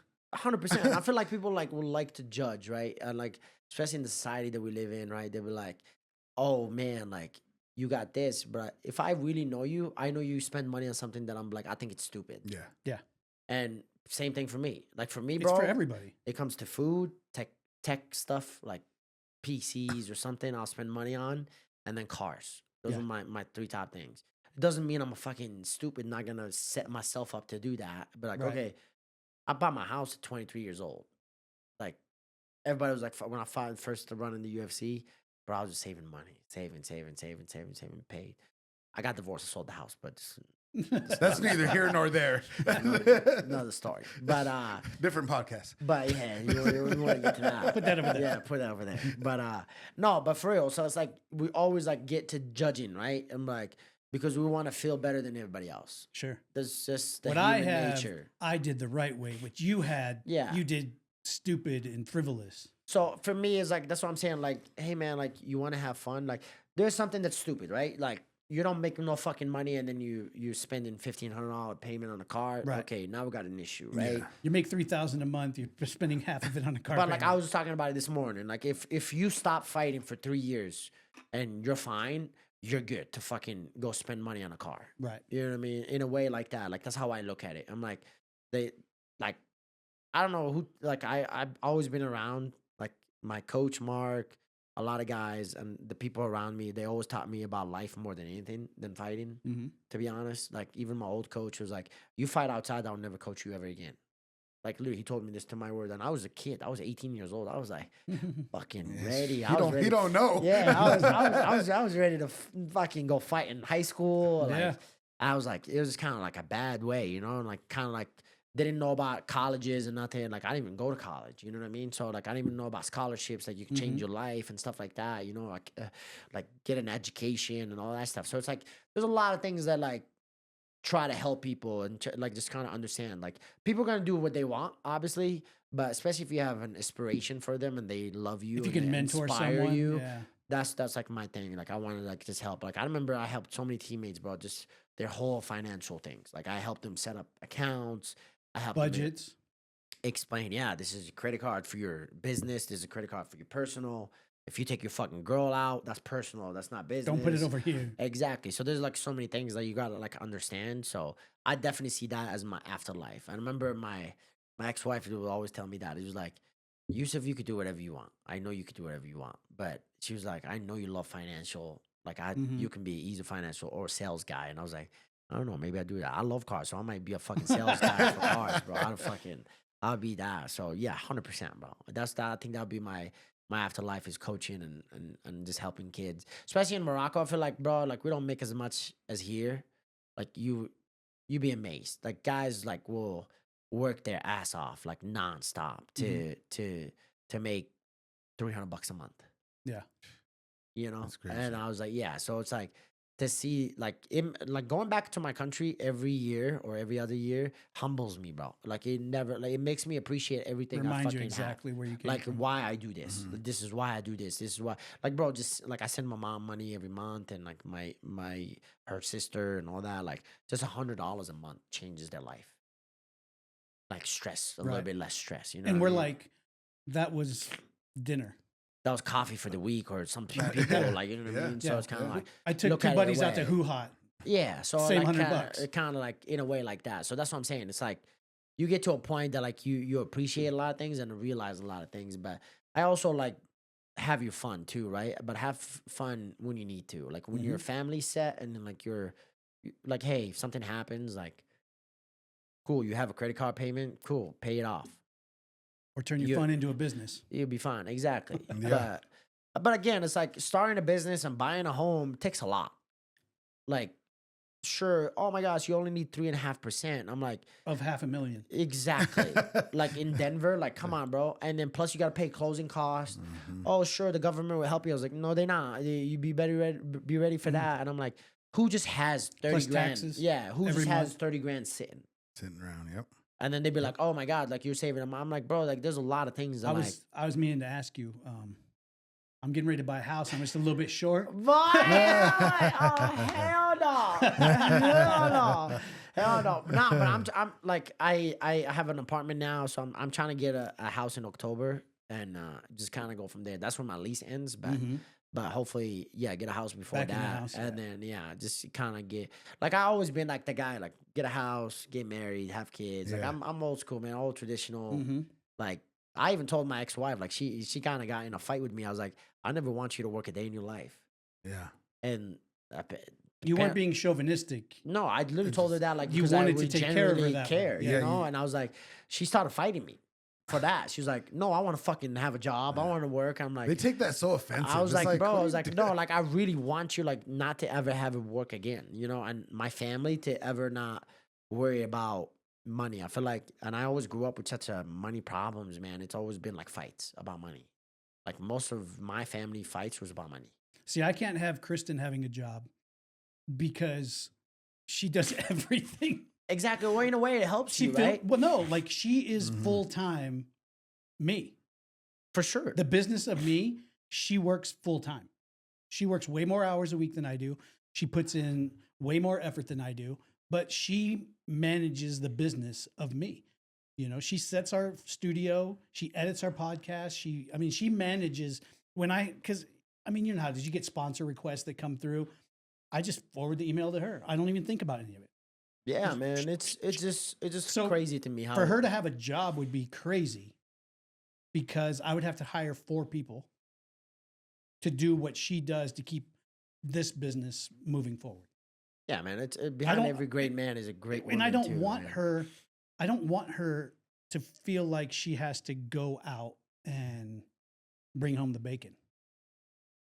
You know, That's what I'm saying. People don't understand that. Like as a man, that's like for me. Like I don't know, if it's my culture or what it is. No, but it's like for me, it's like I'm like, bro. Like I look forward for that. I look forward to grind every fucking day to make sure my family and my kids are like not stressed out. Let me take the stress. It feels amazing to be able to say, I understand. Like she's smart. Like she's great. Like she's super smart. She knows, so many things, but it feels so good for me to go, listen, we'll take care of it here. You don't need to go outside of the house and feel like you have to add one more thing to your plate, which is shitty because she's actually a professional photographer who does amazing work. And I have just kept her under wraps for like the last couple of years. Yeah, you guys are just working as a team. Because she filmed every one of my shows. She produces my show. She edits my show. You know, everything that people see, she's touched 5 times and we've touched it once. That's amazing. That's amazing. Yeah, man. I don't know. So it's kind of like in a way that's like my why, you know. And a lot of people don't know. Like I said this before, is like I had a brother that passed away, right, and that was because of drugs and all that stuff, and just not great friends. I don't think, but in a way, it shows me like, hey man, like if you don't do something with your life, like it can go bad, like it can go real bad. You know what I mean? So I kind of like really, I felt like I let him down in the first run of my career because I like did not really give a fuck. You know what I mean? Or I feel appreciate it. yeah, you know. So I'm like, in a way, people don't look at that. Like I look forward for that one thing. I'm like, okay, like I have a chip on my shoulder, and I'm fine with that. And I love to have a chip on my shoulder because that's what makes me who I am. Mm-hmm. But excuse me. But that's kind of like always in the back of my head, you know. And I'm like, I have this opportunity that a lot of people from my hometown would die for. So Yep. I can't just go shit the bed in a way of not training or not doing this or just fucking, you know, like. And I always get back to the community as well, like in the mosque because I'm Muslim, obviously. So I go to the mosque every Friday, pray 5 times a day. But like every time I go to the mosque, I'm generous with my money, I'm generous with my team, and I kind of like really just take care of my team and stuff like that. I feel like you never know when you can just end. You literally never know. Like all this fucking money you made can just you're done. You know what I mean? So in a way, you I have an kinda look idea at about that. Fuck, there a lot of people have, but Yeah. When you walk away from a lot of money just to be home. peace. Mm-hmm. And I feel like a lot of people just chase peace, and I feel like that's the most important. Peace has been the most important thing for me to find over the last few years. And I fought a lot of demons in my head because I didn't want to accept the fact that what I really wanted was peace. For sure, man. Peace, like does a lot. Like just to mind, and I feel like as a man, you have so much pressure going on. Like, or some men don't do this, but I feel like I put in so much stress on myself, and like add so much on my plate because I'm like, that's like how I grew up. Like I seen my dad work from 9 a.m. to 9 p.m. You know what I mean? To barely put food in the table, you know. But he made sure we had a fucking decent life, no matter what. Like you know what I mean? So to see all the stress like now add up, you know, I got to grow up in both cultures too. So first year I was 14 when I came here, and then obviously I'm 28 now. So like literally half of my life was in America and half of my life was in Morocco. So I got to see both cultures and like experience it. So to kind of see that, like, man, like that man is going through it. Like he's like, nah, this is what I love to do for my family. That's what he does. Yeah, and I feel like people like sometimes don't. That's why I tell like to be with a fighter, like it takes a lot as a woman to be with a fighter because her time is not gonna be that important for a long time. You know what I mean? So to have a woman and all the things that are important to her have to be scheduled around the life that you live. You can't go eat at this restaurant because you're dieting. You can't go do this because you're this. You can't travel because you're gonna miss training. We're going to be on lockdown for a while because I'm in training camp and I can't be out messing stuff up. So, and some guys even get crazier, like don't talk to me on fight camp or don't fucking piss me off. Or I'm like, bro. So yeah, so he gets to a point that you're like, fuck, like. That's why I said, like, it takes a special woman to be with a fighter. Understanding that especially at a piece. high-level fighter, right? Yeah. Excuse me. At the high-level fighter, I feel like we do have a lot more break a little bit because you get to make sponsor money. You get to make a decent enough in the fight. So you get a little break then and then. You can take a break between camps that kind of Exactly. reward. Go travel, go take her out, go do this and this and that. But some women, man, they're super needy, you know? They're like, hey, I want your time more than anything. So I'm like, because it's quality time. And you're like, means everything to her. They don't, but they don't understand that what you're doing is creating the quality time later in life. Some people are like impatient. And they just think that it's just you're just going there to have a good time. It's like, well, you're just going to the gym. I am, but you spend so much time at the gym. You just went. No, I spend time at the gym because the time at the gym is an investment in our future. Oh, bro.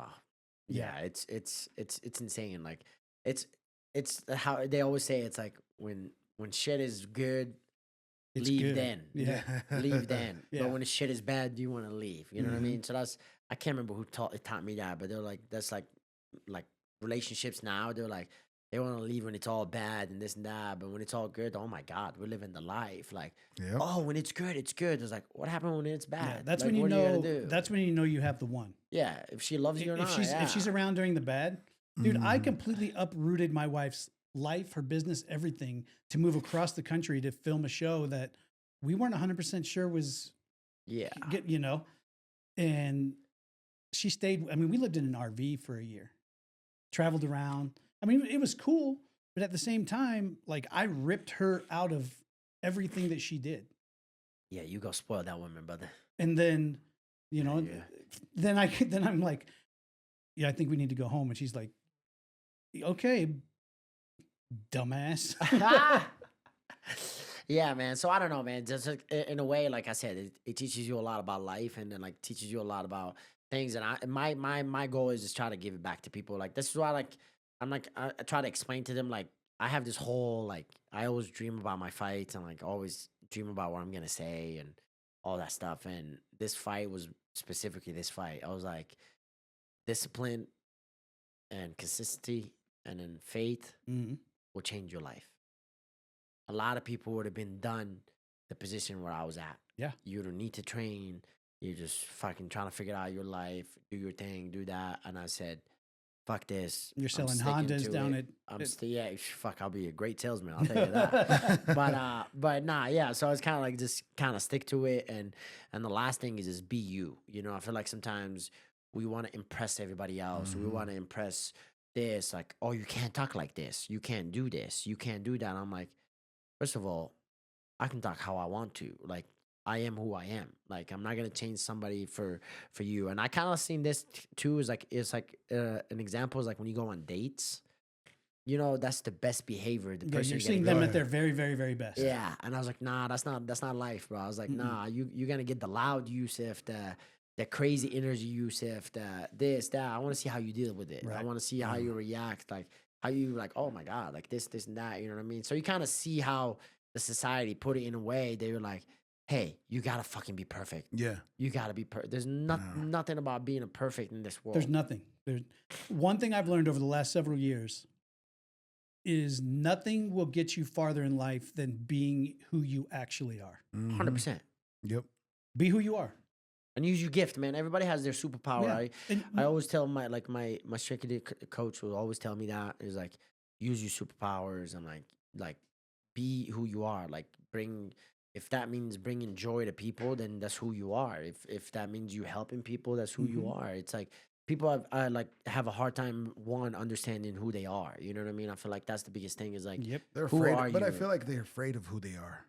Because they feel they can get judged. Yeah, and you're gonna, but that's okay. The only way you get past that is you have to sit with yourself in the ugly, or just go through a hard time, and then you'll find out. I mean, when it's ugly, when life is ugly all the way around, you know, you don't know where rent's coming from. You got loud, you know, with your girl, and you know she's like, "You're not talking to me." That, you know, everything around you is bad. If you can sit with yourself in the ugly and find out why you're there and what got you there, what did you do that was in your control that made everything the way it is? Because everything is the way it is for a reason. Yep. Because either you haven't learned the lesson you were supposed to learn, or you haven't figured things out. You know, you don't get to level up until you get there. Like there may be small gains where you like dig yourself out of the bottom, but it always falls again until you sit there and figure it out and say, oh, I got it. Yeah. I got it. I need to be me, and I need to be me in the right ways. Or there's things about me that I haven't dealt with. And guess what? I need to sit here and deal with them before I can be anything else, before I can take another step, before I can believe that I'm going to be successful. You have to sit there. Figure it out. And most people don't want to because it sucks. It's a lonely place. Yeah, it's a lonely place. And I feel like life sends you so many tests too. Like, man, you get so many tests like in life or relationship or whatever the case is. Like, he just tested you, and then like a lot of people like don't realize it's almost like I want to see you fail, and then it kind of like in a way it kind of like holy fuck, like I gotta step my shit. I also think that life gives you a lot of like whispers before it gives you tests. And if you don't listen to the whispers, you get a test. You know, if you start really listening to what's going on and you're like, yeah, it's when we go, oh, that's a red flag, but it's not a real red flag. I'll just keep moving by that one. oh, that's not either. And then all of a sudden, everything you were working gets taken away, and you're like, son of a, why do I have to be tested? Well, you have to be tested because you don't listen to the whispers. You don't listen to the little warnings that go, hey, don't do that. Mm-hmm. I didn't. So yeah, I feel you. Yep. No, I feel you. And bro. I mean, I watch it happen over and over, and I watch it happen to me over and over because I'm one to, if I want something to happen, I will bulldoze forward, regardless of the roadblocks, regardless of the red. Like, I will know that's a bad thing, that's a bad thing, that's a bad thing, but I see what I want over there, and I almost get over there, and then it just crumbles like sand. You're like, Yeah. why did that have to happen? Oh, wait, if I turn around and look, there's 7 things I should have done that would have set me up for this to be successful, but instead, I didn't listen. Yep. And the beauty thing about life, you get to do it again. Yeah, guess what? And I feel like people forget about that. I feel like sometimes people forget about, like, oh man, I went to a bad thing and it's over. And I'm like, no, it's not. Like, you still got life ahead of you. It's like Too many people take a bad day for a bad life. Yeah, you know what I mean? So I feel like you forget about just like, hey man, you still have a lot of things to There's do. still a lot Guess to live what? for. You Like gotta wait. I tell people like the same thing about, like, you lost 3 in a row and a draw. Guess what? You can fight again Wake up tomorrow. because you're blessed enough to wake up and blessed enough to be Are you healthy. physically able to? Guess Yeah, what? You know get I another mean? start. So Try there's it a lot again. of things. There's a lot of things to talk about. Like, hey man, like for example, like, we get to wake up and do a podcast. You get to wake up and fucking drive your car or whatever the case is. You know what I mean? But a lot of people can't wake up. You know, and that was kind of like the thing. I went to Tampa for the UFC, and they made me do this charity thing, and I went to the cancer facility. Oof. Bro, it was like to see the fight they have to fight. Like, the guy came up to me and said, I have 21 brain surgeries. I said, holy fuck, in my head. I was like, no fucking way. I was like, how you still even up, bro? And to see how grateful they are and appreciative of that. How positive. And Have not even the appreciative of the people they're there to help them go through this. You know what I mean? And to see the guy that I seen, that was the last guy to see.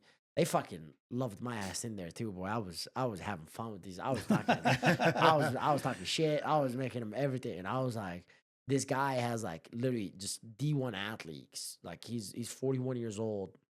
He had like 3 kids, 2 of them playing college football, like really good and this and that. And I was like, I like kept making jokes. I was like, damn, bro, I gotta steal your DNA over here, bro. What's going on over here? You out here got Give me D1 some of that. athlete. Yeah, but like, he's going through like blood cancer, like it went through his bone and stuff like that. So like, it's getting there, and he's been there for a month to kind of see how grateful and how appreciative for us just even showing up there.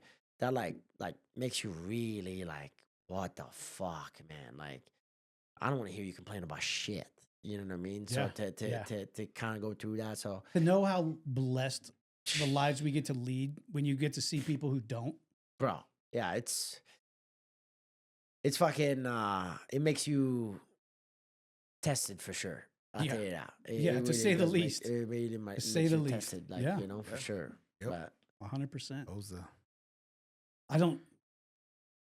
I want to be the guy that could go and be inspirational in like a cancer ward for kids. I would get like to the second person, I can't. I'd break. and I would just be like, It's like it makes me Bro. feel bad. Like Yeah. it's just like I'd break. I'm like, not damn, because you I know? don't want to be there, because I don't want to be Yeah. with them, because I would melt, and Yeah. they It's would be just like, like, damn. they would be consoling me. Yeah, they'd bro, be- so Brooklyn, which is Mark Montoya's daughter, Yeah. she was working, like, this girl, by the way, just being around fighters, apparently she's so disciplined, bro. Whatever she wants, she does. Mhm. So she was like, fuck it, I'm gonna become a nurse. So she went through 9 months of hell studying, didn't go to college, doing all this stuff, and got it done, passed the test, all that stuff. She started working at is it Sky Ridge? I think it was the Sky Ridge or something. And bro, she was working at the floor that people like basically. She's seen the first 2 weeks. She's seen 3 people die. Ugh. But bro, this is the worst. She quit after this one. She's like, I can't fucking do it. This mom was rock climbing or something. She fell. They have to send her a helicopter all the way from there to the hospital. She comes in. They did a body scan on her. Cancer is everywhere. She literally had like maybe a week or so. She's gonna die. When she was rock climbing. She knew exactly with one accident. Damn. She knew that it's her time. So she made Brooklyn want to talk to her daughters and her son Oh man. to tell them, like, hey, Mommy's on she the way loves out. you guys. She said this because she didn't want to say it. She started fucking crying. Oh, bro. God. Yeah, So they no. both started crying inside. She said, "I'm fucking done." I She quit, she huh? quit, bro. She couldn't do it. She was like, I seen so much fucked up shit, like people dying, people going through shit, and like basically, bro, literally, her kids are outside the fucking door, bro, and she's literally want them to like she's crying. She's telling them to tell. Ugh. She's crying and she's telling Brooklyn, bro. And I was like, she came out like she comes out stressful every day to the gym, and I said, "Are you okay?" They're like, "No," and she tells me the stories. I was like, "Holy fuck!" Like you have to deal with this every single crazy. day. But yeah, bro. So that was yeah. I can't even imagine. No. So yeah, Dude, I'm very, like, I'm gruff. I'm not a real sensitive person. Like, sometimes Kristen tells me what I'm supposed to feel. Like, she'll say, hey, one of your daughters is going to call and she's going to talk to you about this, this, and this. You need to be there for her. You need to be empathetic. You know, you should be feeling this no way. tough love. Because I'm just very like you have a problem, tell me the problem, we'll fix the problem. Then That's we just keep moving on. Yeah. But then when you see like kids or things like that, I'm just a puddle of like goo on the You floor. ain't gonna fix shit. Yeah, you can't fix shit. Oh Nope. God, I'm the worst. Nope. I'm the worst. And it's weird because I'm really not an emotional person. Except for in like weird circumstances. I break like that because I like to help people, and I know there's nothing I can You're do. just a crybaby. You know what I mean? I'm like, this is stupid. Have you? Like, Do you know Mike? He's a crybaby. Yeah, that crybaby. He's a crybaby. I'm crying with you too, bro. No, Shit. I don't think Mike's ever cried. That's I just- think he I'll be- cried once. That's that's the only man with coaching. The way I approach coaching now is just like, if I can't, I'm not gonna really teach you nothing. But if I can add to your life, I can help you. for sure. Yeah. You know what I mean? Like that's why I've gotten through Chepe. Yeah. That dude used to be a loose cannon.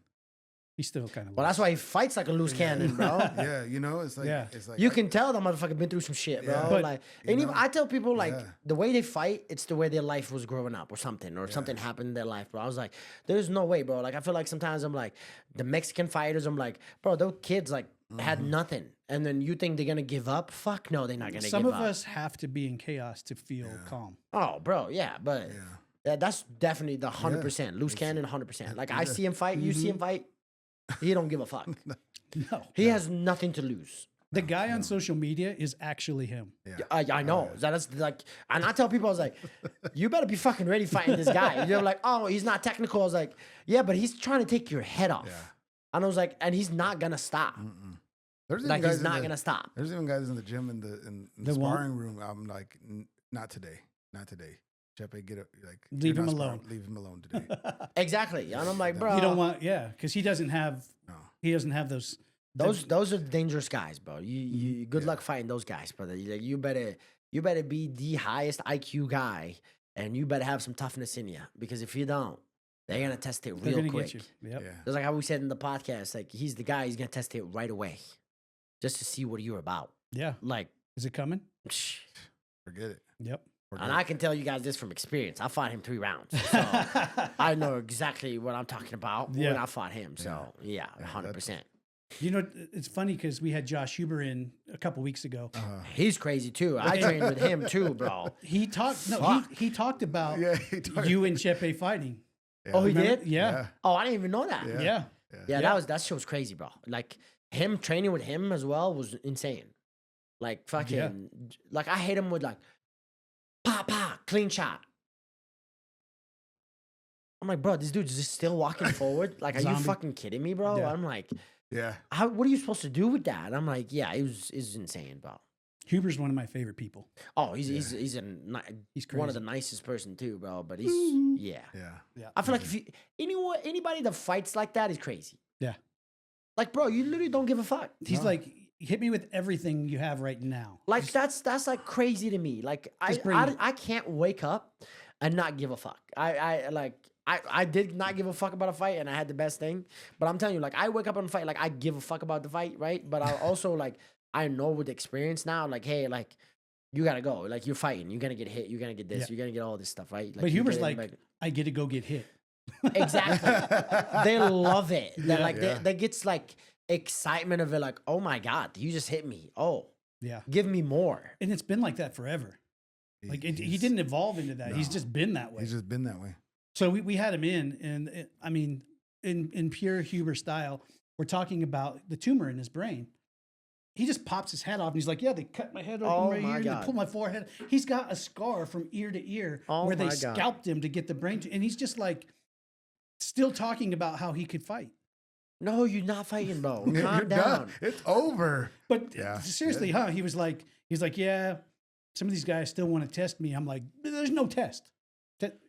You already It's passed done. the test. It's But you done. can tell that's just like his past life or something happened in his past life. Like I guarantee you, if Chepe happened, he would do the same fucking thing. Yeah. Oh yeah. I guarantee you right now, Yeah. Chepe will do the same thing. He's- Like that dude is like, I'm like, bro, like, y'all better watch out. Whoever, like, I don't think you got, like, I think some guys be like, they look at it in a way, they're like, yeah, I'm just gonna beat him technically. Because if you look at it, he's not the most technical guy. He really is not. No. But bro, I'm like, He's a caution to the wind. it does Go. not matter if you're technical or not, but when you dealing at his pace and his world, Mhm. now you gotta fucking deal with the whole thing. The only way you're gonna win that is, like I say, like a very high IQ technical guy or a fucking guy that's gonna match his energy. Right. That's all you got. That's the only Him way, and bro. Gaethje. Mhm. Who's not gonna watch that fight? Right. Oh, Forever. Bro, I would I've seen him on Fridays. exactly. But just He's think like, about I it. get front row to it all the time. But just think about it. Like, you literally go in Yeah. and be like, who's not gonna watch that fight? Yeah, I think that fight will do so much You- views, bro. Like, you- I think it will break so many records. We would buy that as a one fight card. yeah, that You got my money. I'll buy it right Let's now. go. Sign up. I swear to God, I'll buy it right now. Mike, you want to sell tickets for next Friday? sometimes it's like, yeah, not today. No, yeah, we have to. Me and Trevor will be like, no. Yeah, don't do that. Let's not put them together. Yeah. Yeah, let's not. Yeah. Let's not hurt everybody. Because all it takes is one shot and then boom, now in their war. Yep. Yeah. Oh yeah, one of them just. Because I know like the coaches will calm down, like everybody's like, okay, like stay technical, focus on things. But sometimes when shit changes, like you get hit, like Someone snaps one off just a this, little, and you're you had like, a bad day, shit like that too. oh, we're like that now. And you know when you see that look, Yeah. you're Oh, he's hit me a couple times holding pads. I'm like, whoa, listen. Easy. chill the fuck down. Hold on. Hold on.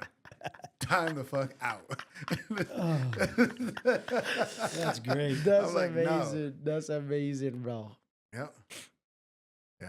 That's We're 2 hours. 2 hours. This is a 1 hour podcast. By the way. I told you I talk too much. Just so you know. That's My do poor you Eric. wanna- Eric I is don't think sitting we have here. time for that No, today. we're not Look- today. look at I'm that. not ready for Yeah, today. your camera guy's over here Yeah, like poor guy's he's already sitting- ordered Uber Speaking Eats. of that, what is that book? So Trevor just bought it. Trevor don't leave the house, and I guess he reads books.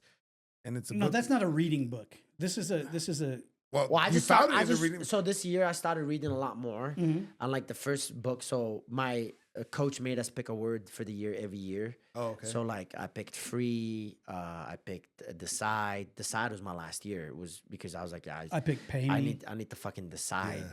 to Oh. know what to do. That's a good But idea. this one, this year I have execute, like all the plan, and all of that. Right. Like now you get to execute it. You've and done all this the- is the year, and my ex actually recommended the book, The 4 Discipline of Execution, and I'm reading that right now. And then I have some other ones to read, but that's why I asked. I read most books on audio. Audio too, yeah, me too. I'm not a good reader, bro. I barely fucking speak English, so Let alone read anything. yeah. So, Dude, so I can't see for one. So you got me fucked up. So I can't. I was like, yeah, bro, I can barely fucking speak English. So So anyway, we were at the store the other day because I left the house, and I saw this book, and I thought it'd be great for the show. Actually, it's called 3,000 Questions About Me. The book is all it is questions. 3,000 different questions. so you guys ask a question to the. We just got it. We just got I it. just got it. Just barely. So got the thought was, any guest that comes on, we have them pick a number between 1 and 3,000. 2000. Okay. Oh shit. 2,000. Whoop, whoop, whoop. Almost there. Can you see that? No. Oh. You want me to do it, brother? Shut up. It's your old ass, bro. All right. Fuck. Oh, I you gotta can't be read it outside. either. I got you. I can't get my arm out long. Here, it's this one. What's the question? If you had a year off from responsibilities, what would you want to do? Wow. That's your question. I had a year off. So like responsibilities like paying bills and all that stuff. Anything that has Whatever to you do with think is a surviving. responsibility. Whether kids, anything. If you had 1 year off, starting today. Damn, that's some serious questions. Fuck. What would you do?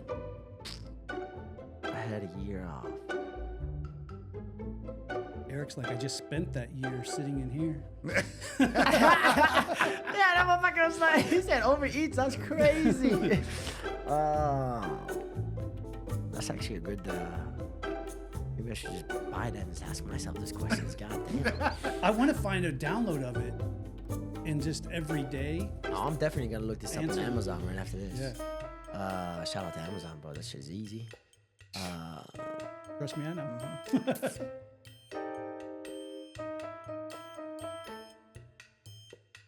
Fuck, I really can't think about anything. Right now in the edit, Kristen's playing like Jeopardy music, just so you know. She's like, doo-doo. For sure, because that's a hard question. I don't know. You guys have an answer already to that? I got an answer. Oh, he's got it. Absolutely. What's your answer? I would definitely for like 6 months, I would get back in an RV and dive all the coolest friggin' sinkholes in America. And then the other 6 months, I would, because my daughters wouldn't do it for a whole year, I would force them to go out on the road with us and just experience life. Well, hold on. 100%. So money is not like involved. Like money is There's like you nothing- can give you money and everything. Yeah, Well, I mean, you got to be able to afford it. you gotta be able to not have responsibility. Like if I spend X amount of dollars. Oh, then yeah, it's easy then. For me, I always love.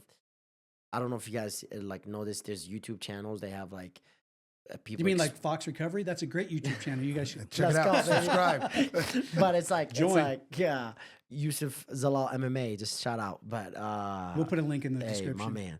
But it was like what is it called? They travel the world and they have like a 30-minute video of the food. Oh, So for me, I wanted to like travel the world. I would but- eat around the world, except for my stomach's so bad I'd just be shitting for 3 days. But also, I want to like do like a Top Gear, like drive Oh, cars. because you're a car guy. Yeah, so Yeah. I would say those the thing. like in a race, or like you just want to race, drive? travel the world and drive the cars drive from a the sports regions. car. Okay, Yeah. okay. That's what I would do. I think that's because I don't have no responsibilities. I don't have to worry about fucking life. You don't have to train. Yeah. Yeah, so Yeah, I but get to live my I can life. tell you what Mike would do. What would I do? I would help people. Nope. I would buy an RV and travel. You come with me? nonstop. Would you No, come no, dive? No, Oh. no. I would probably. Yeah, who the- No, you I would try crazy, to. bro. Honestly, Diving? I'd probably take a road trip and just drive and get lost somewhere and see what happens. As frustrating as it can be, I can tell you both with full certainty, living in an RV for a while is some of the greatest shit I've ever done. Damn. You realize how much you don't actually really need. Facts. You know what I mean? That's big facts. When I bought the house, it was the same way, bro. There's some rooms that I'm like, really? Like, why the fuck? why do I gotta put furniture in four And then bedrooms? my ex is like, bro, she loves to give me facts. So she looks up the fucking internet and says, an average person only spends living room, bedroom, and kitchen. Oh. Those are the 3 things that you spend time in. And they're like, okay, most of your life. And I'm like, and I go to this people's houses, like the rich people, and I'm like, bro, you probably never been in this fucking room. I don't understand the bathrooms. You got 3 bedrooms and 7 bathrooms. Me? No, just Oh. in general. I was like, yeah. No, he's just old, but that's where you got 7, so you got to be at all I times. gotta be close. You gotta be at all I can tell But you, there's a dining room in the front of my house I have never eaten in. That's what I'm saying. So it's kind of like, in a way, Like sometimes when we have like holidays, my wife will put Set it up. and set it up and people eat. I've never sat at that table and had a meal. That should be your I goal want to for take the year. No, I want to take everything out of there and put some What? of the gym equipment in there. No, But- She said no. no, no, but that's what I'm No. saying. So Everybody says no. no. So Even he in a- says no. yeah. I mean, that's pretty dope, though. You get to ask cool. a question. Yeah. What is it? 365 3,000. days. Three- Yeah, but I'm saying like 365 days. You get to do a question a day for how long? for 3,000 days. Yeah. So how long? How many years is That's that? less than 10 years, but it's almost 10 years. Think about it. That's pretty dope. Yeah. You get to do that. That's a pretty dope journey, I think. That could be a whole series. You guys definitely could do this. Well, no, Definitely keep that. The thought behind it is because I gotta look that I'm up. much older than all of you guys. And so we can tell, brother. Mortality, I know. I'm just messing with you. It's the gray hair. That gave it away. Well, no, mortality starts to play into like my thinking more every day because obviously I'm way closer to a coffin than I am to 20.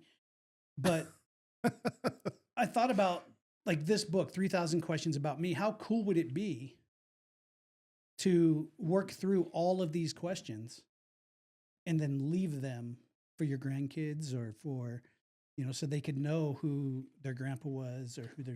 Yeah, I saw this in like stupid. It was on TikTok. It was that you can buy this book that you basically give to your mom or your dad and basically ask some questions and you get to know about your family about their a lot life. more. Yeah. About like, it's like some serious fucking questions too. Oh, really?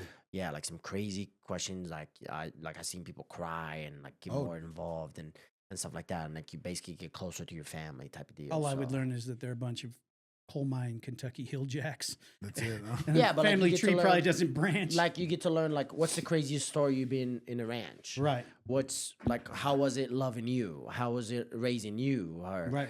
things No, like it's- that. You get to know. It's you know things what I mean? like that type of book or this type of book that are really intriguing to me now.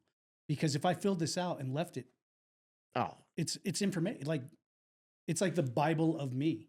Not like I deserve a Bible. You know what I mean? For Or sure. like, 100%. this was my grandpa. That's about me. That's crazy, huh? I looked it up just now. There's like other things though. There's like crazy. Oh yeah, there's a bunch of them. I can't find the same one though. But now we're 2 hours and 10 minutes into a 1 hour podcast. So it's time for us to wind up the actual podcast part of this. All right. Mike, do you have anything to leave with us? You didn't get to actually ask or do anything today. I completely stepped all over you. Oh no, you're good. You're good. I like learning about people. I know. You know, I know. You know what Mike really likes? Helping people. I do. That's my favorite thing to do. Hey, I love as a It goes other back because- fellow person, I would No, we it's appreciate that. It's you know? funny because we were all asking, what's one thing that you do better than Most 90% of the world?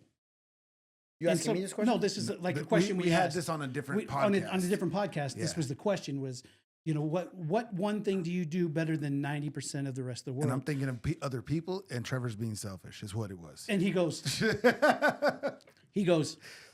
I help people. I like helping people. You know how many selfish people there are? That's in the actually world? fact. Yeah, that's a fact. But That's the a question was like, what skill do you have? And he's like, I help people. Yeah. He gets mad. at So that. every time he likes to throw that at me. every time anything comes up, I'm like, what are you going to do, Mike? Help people? Help everybody. Do you remember Fantasy Factory with Rob Dyrdek? No. The MTV show where they built their office in that warehouse and it was all, anyway, you don't watch TV. One of the guys on the show, like they were trying to set him up to do something cool and they asked him, hey, what do you do? And he's like, I'm a facilitator. I facilitate. If you need something done, I could facilitate that. And so it just reminds me of Mike every time. Like, You're yeah. I help. I people. can help you out. I help people. But Mike, anything to add? No. Because we've Nope. been going I told you, man. I'm like every podcast that I've been on, 2 way hours over. plus. Yeah. It's, Yousef Zalal MMA is the YouTube channel. yes, sir. We're building. We're building. Yeah, We're building. we We're just building. started. So I've been working with Eric for the last 2 camps. The last camp was kind of like short notice, so we did not Get along. really get a time. But it was this camp and then the John Aaron's camp, and I think we already have like 6 episodes in there already. So yeah, he It's like behind the scenes from Fight Camp. like everything. And the beauty of it, he was with me on Fight Week too, so that pretty worked out. that's pretty nice. good. You But get to see yeah, him. I think the next episode is gonna come out, the brand new episode, because I think I didn't post for like 4 months. Mm-hmm. He's gonna come. That's out. not how you build a YouTube channel. I Just so you know. I know. I'm not into this. Do you know but- what they would like? Here, I'll show you. But I'll show you what YouTube would like you to do. next week. Next week he's going on there. And next week we're going to post in the show. Oh man. You got to post, my brother. Yeah. Look. Bam. My boy out here is just nonstop, bro. I'm telling you. Well, and I'm rebranding my content from the bounty hunting show to the podcast. So I've got to just add so much content because I'm losing subscribers that only want to see me get in fights. And I'm trying to fill them in with people who want to, kind of come on this journey of, talking to people and really finding out what happens. Yeah, I'm in a weird spot, next. bro. Like I never like believed in sponsors and stuff like that. I feel like when people want to sponsor me, like I want to know the person. I really want to like generally understand like what they stand for and stuff like that. So I was being weird about it. But you also like to pay your bills now? Exactly. So it's like in a way, like you get to, but I still like choose the right people though too as well. I feel like we get offers all the time that I'm like, that's not something that aligns with where we're going. Like I can't fucking do alcohol, bro. Like come on. Nope. Like I don't drink, so why would I do that? It's not even just that. It's like my whole religion. Bro. Right. Like, I can't just like I got offered okay, $5,000, $6,000. I was like, bro, I can't do this. Like, Right.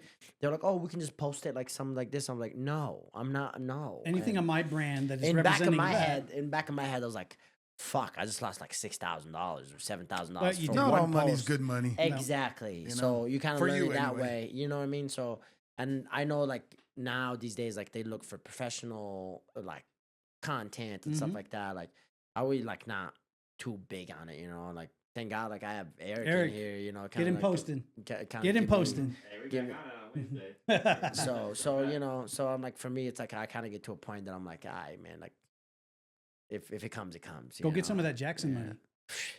That was a dope podcast too, man. I had fun though. They talk shit so much, boy. Oh my god, I was cracking up. They roasted my ass, bro. They called me the alarm clock and shit like that. And I'm like, fuck you guys, bro.